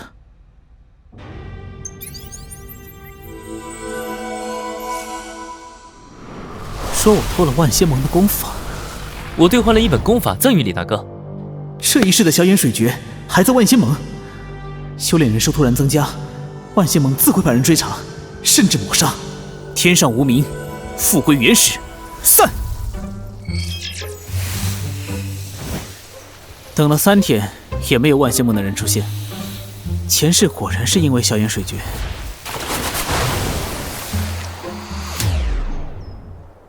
琉璃鱼王，不知无相杀机对异兽效果怎么样？便用这鱼王试试。无相杀机！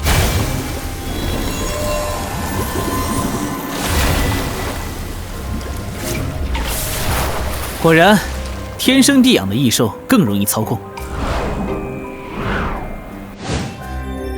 这是何物？琉璃鱼王的琉璃珠，不知有什么作用。可惜不是天地奇物。先去琉璃岛薅一薅万仙盟的羊毛。何方道友来我琉璃岛？鄙人李凡，乃从云海一散修，炼至修炼后期瓶颈，欲加入万仙盟，求得筑基功法。引荐修士这等好事会找上我？久闻何道友乐善好施，若道友为我引荐，必有所报。李道友哪里话？你加入万仙盟的事包在我身上。道友及时雨之名，果然名不虚传，在下敬佩。及时雨，甚是贴切。道友在玉牌上留下一道气息，便能通过传送阵。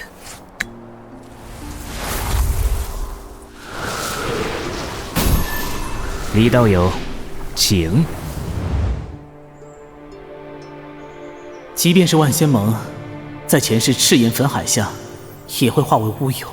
此处是传法广场，为纪念传法仙尊传道所建。道友这边走。道友有所不知，万仙盟中引荐修士能获得相应贡献度报酬，所以道友来找我帮忙，是我沾了道友的光。哦，原来如此。但道友的引荐之功，我当回报。李道友这个朋友，我何某人交定了。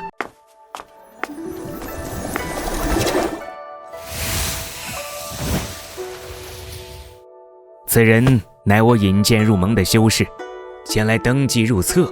引荐炼气后期修士，上等兵功，折算300点贡献值，当前总贡献度1340点。前世我炼气前期，何正浩靠引荐赚了50点，今日竟翻了6倍。炼气后期，敢问道友如今是何年纪？29岁。29岁的炼气后期，还是散修，道友天资之高，何某平生罕见。你初来乍到，有问题尽管联系我。何某虽只有筑基修为，但人脉颇广，万邪盟中有几分薄面。那便谢过何道友了。我不便离岛太久，祝小友筑基成功。这待遇可比上一世好多了。已记录神识波动，已生成独立空间。修士李凡，欢迎加入万仙盟。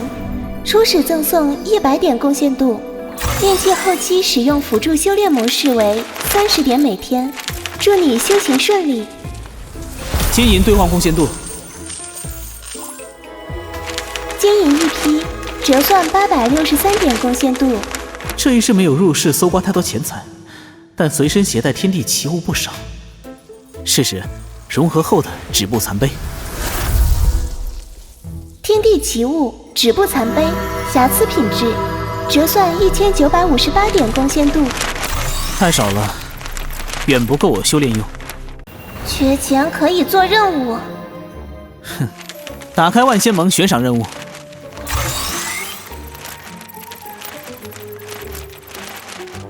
我身化沧海时，曾在西北海域见过此物。提交情报试试。10万贡献度的任务，普通修士一辈子都攒不下那么多。待我从天宫遗迹归来。前世萧恒去天宫后，我曾听闻一个叫司空仪的人从天宫中带出云水屠戮。云水屠戮，云水天宫。查询云水天宫。放手！云水天宫，上古宗门。天地大劫降临时，启动护宗大阵，自此避世不出。前世云水天宫在锚定11年现世，整座天宫变成一座诡异遗迹，不遵守规则便会死在其中。只要先司空仪一步得到云水屠戮，10万贡献点就是我的了。修士李凡，蓝血珊瑚情报验证正确，当前贡献度3921点。你还有什么需要吗？云水天宫开启还需2年，当务之急是提升实力，修炼一门杀招。小静，帮我找一部攻击类功法。不准用这种称呼来唤我！给你，离我远点。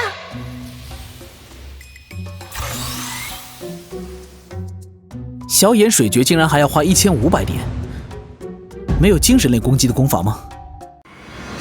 小修士竟还挑3拣4，给你！明灵幻功，于识海中培养一尊幻灵，可迷惑敌人，发动神识攻击。哼，这功法简直是为我量身打造的，还真数百年，我的神识远强于寻常修士。价格堪比筑基功法，这么贵，怪不得卖不出去。买！天玄境辅助修炼，最多还能用1个半月。修炼要紧，开启辅助修炼模式。哼！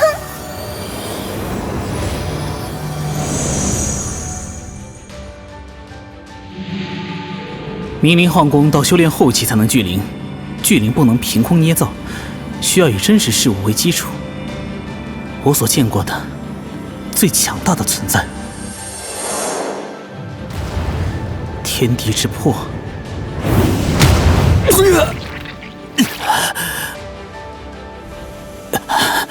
天地之魄霸道到，只是观想就能影响修士吗？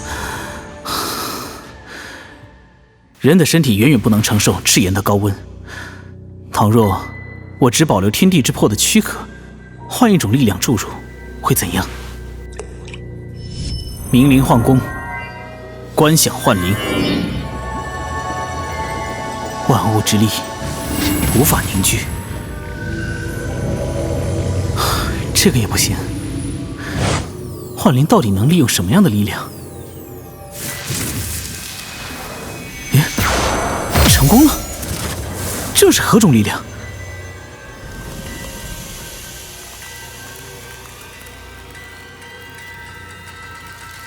蓝颜幻灵。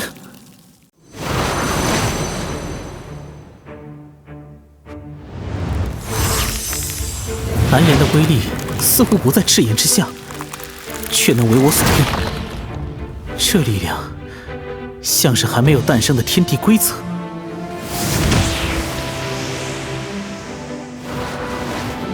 趁热打铁，强化幻灵。当前贡献度低于100点，辅助修炼模式结束。贡献度消耗的也太快了，还是要想办法多赚些。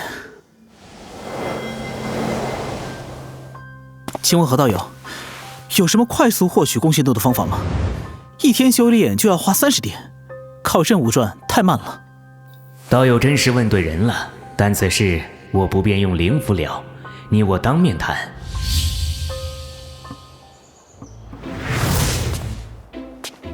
道友当真迫不及待啊！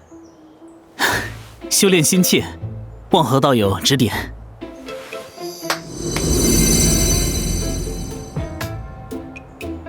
道友看我这山川星斗阵如何？这阵法远超其他岛屿，道友还精通阵法。何某在阵法上天赋非凡，此阵是我主导，旁人协助完成。阵内发生的事，外人绝对无法查探。原来如此，聊如何赚贡献度，为何这般大费周章？道友可知，修仙界凡人曾被放逐到周边小世界，他们处心积虑地想重返修仙界。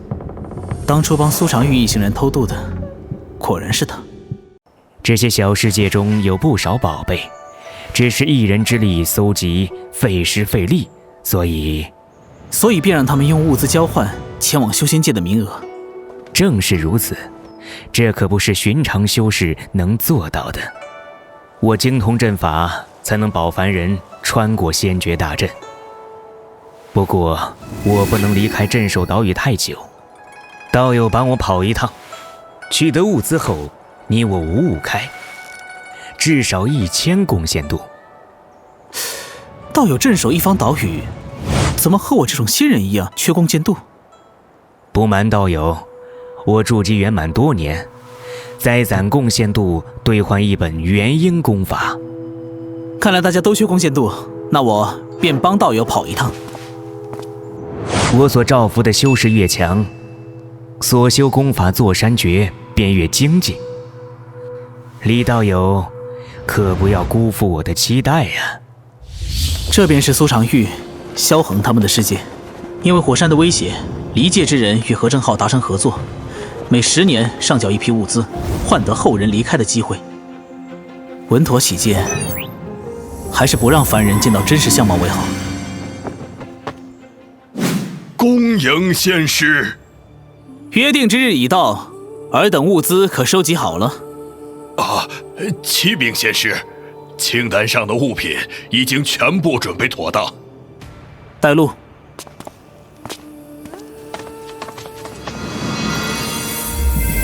不错，数量富裕。多谢仙师。镇南王何在？吾弟常年镇守边关，唯有一子萧恒留在京中。留在京中做质子吗？既如此，带我去见他。仙师这边请。镇南王世子在御书院中读书。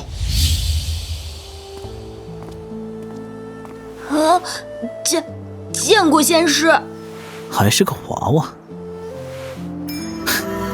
你天赋不凡，我已将清心咒传于你，勤加练习。10年后，我再来接你离开。多谢仙师。仙师放心，在下一定好生照顾世子。此子机缘非凡，待我根基稳固，时机成熟，再来接你。求仙师救救我妹妹！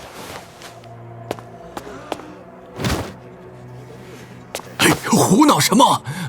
小儿无知，求仙师赎罪。求仙师救救我妹妹，小妹只有这一条生路了。求仙师救救苏小妹吧，她的身体很奇怪。下不为例。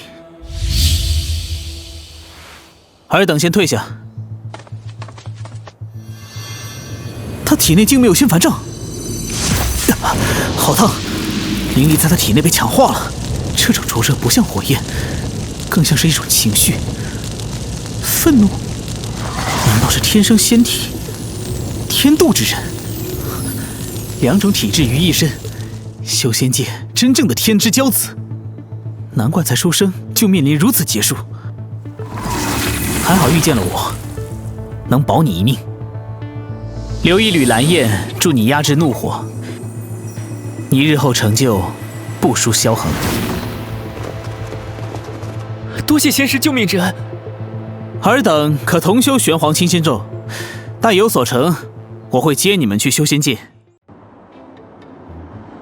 大黎皇帝给的物资远超何正浩要求的，等气运之子们长大，机缘也能为我所用。扣去多出的部分，再与何道友平分。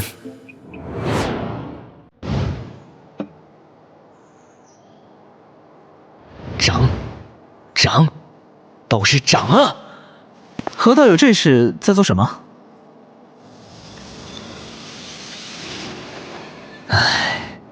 道友有所不知，种植灵物草的岛屿被龙精袭击，灵物草毁了大半。在消息传开前，我囤了大批灵物草，准备涨价后卖出。这操作我熟啊，同道中人，这等好机会，何道友却连连叹气，难道发生了什么变故？最开始灵物草从20涨到25，我本想再观望一下，结果价格突然开始暴跌，你看看还在跌。道友为何不现在卖掉，多少挽回些损失？我大半身家都在里面了，至少要等到……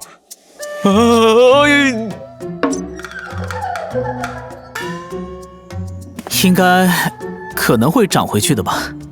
要不我帮道友把现在大黎的物资卖掉，回血。这里就是何正浩说的什么生意都做的地方？什么？取消交易，定金都不要？一个个都当我焦修阳好欺负是吧？完了，这批灵物草要砸手里了。客官来做什么生意啊？我来帮何镇守买东西。还是老样子货物，折算贡献2342点。直接交易就是。听闻道友也因灵物草一事赔了不少。哎呀，别说了，本以为能大赚一笔，结果冒出个元婴仙尊抛售存货，稳住了价格。万仙盟还发现了什么木系属性洞天，里面遍地都是灵物草，裤衩都赔进去了。看来灵物草一事有人从中做局，大鱼吃小鱼罢了。正事要紧。不知道友做不做找人的生意？啊，做呀！你要找谁？什么境界？司空仪，炼气修士。小小炼气修士，保证给你查个底朝天。得给这个价，40弓仙度。不是对半砍呐！哎呀，道友你是知道的，我刚赔了波棺材本。哎，这50不能再少了，道友，交个朋友啊！哼，成交。定金在这里面了，若有消息，用这个联系我。放心吧，道友。将近2000弓仙度，足够我修炼一段时间了。先将幻灵蓝叶凝实，至少要凝练出攻击手法。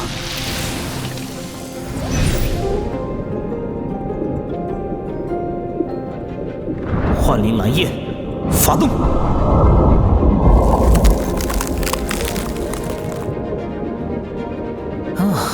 同境界下，幻灵蓝焰的神识攻击近乎无敌。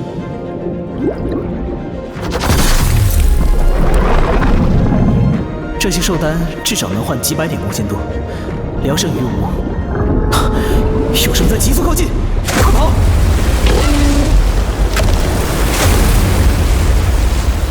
这是筑基修为的龙精。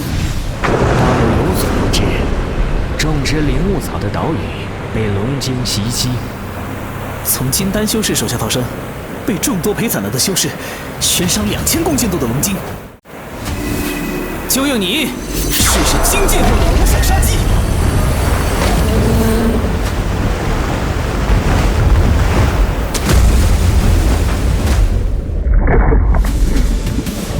一个不够，再来一个，再来！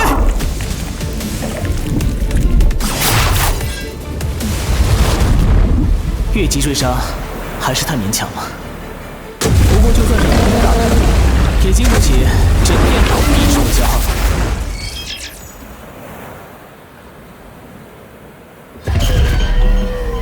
磨了20多天，终于把龙晶磨死了。垂死挣扎，就让我给你最后一击——幻灵蓝焰！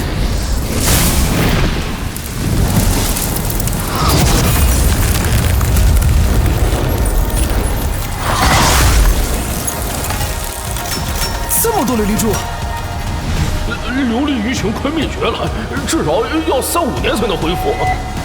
金色琉璃鱼王被我捕杀。失去鱼王庇护的琉璃鱼群，被这头龙晶几乎吞噬殆尽。该回万仙盟看看了。多人悬赏任务：猎杀破坏灵物草的龙晶已完成，请任务发布者们前往确认。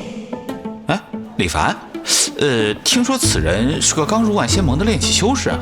啊，金丹修士都没抓到的龙晶，被一个炼器击杀了，难道他身怀异宝？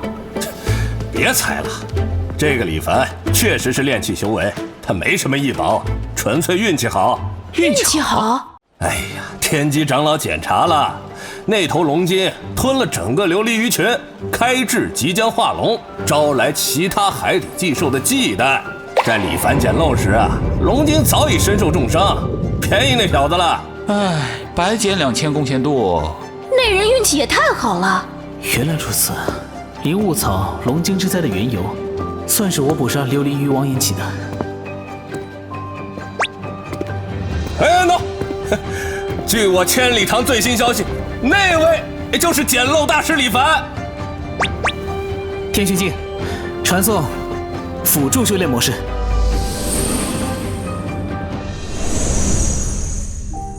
无相杀技的效果还要强化，这部如影随形诀追踪效果刚好。就是太贵，花了1800点，在剩下的弓箭度消耗完前，要练到能秒杀司空仪的程度。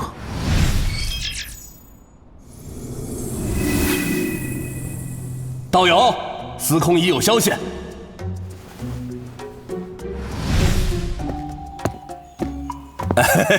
道友你来，一个小小的炼器修士查了那么久，千里堂是吃白饭的吗？哎呀，事出有因啊，道友，这司空仪太难查了，我找了不少人才打听到，你看多少加点啊？哼，50，还是50弓箭度，50弓箭度。哎呀，赚您点钱真不容易。哎，您是不知道，这司空仪和一个叫百里尘的人形影不离呀。百里尘，这人是谁？前世从未听说过。这百里尘的消息比司空仪还难查。道友是新客啊，这次就买1送1。哎，这就走了？哎，您日后常来啊。切，司空仪和百里尘都是炼器中期，且形影不离，宛若一人，似乎会什么合击之术。计划有变，要对付的人多了一个。好在还有1年时间。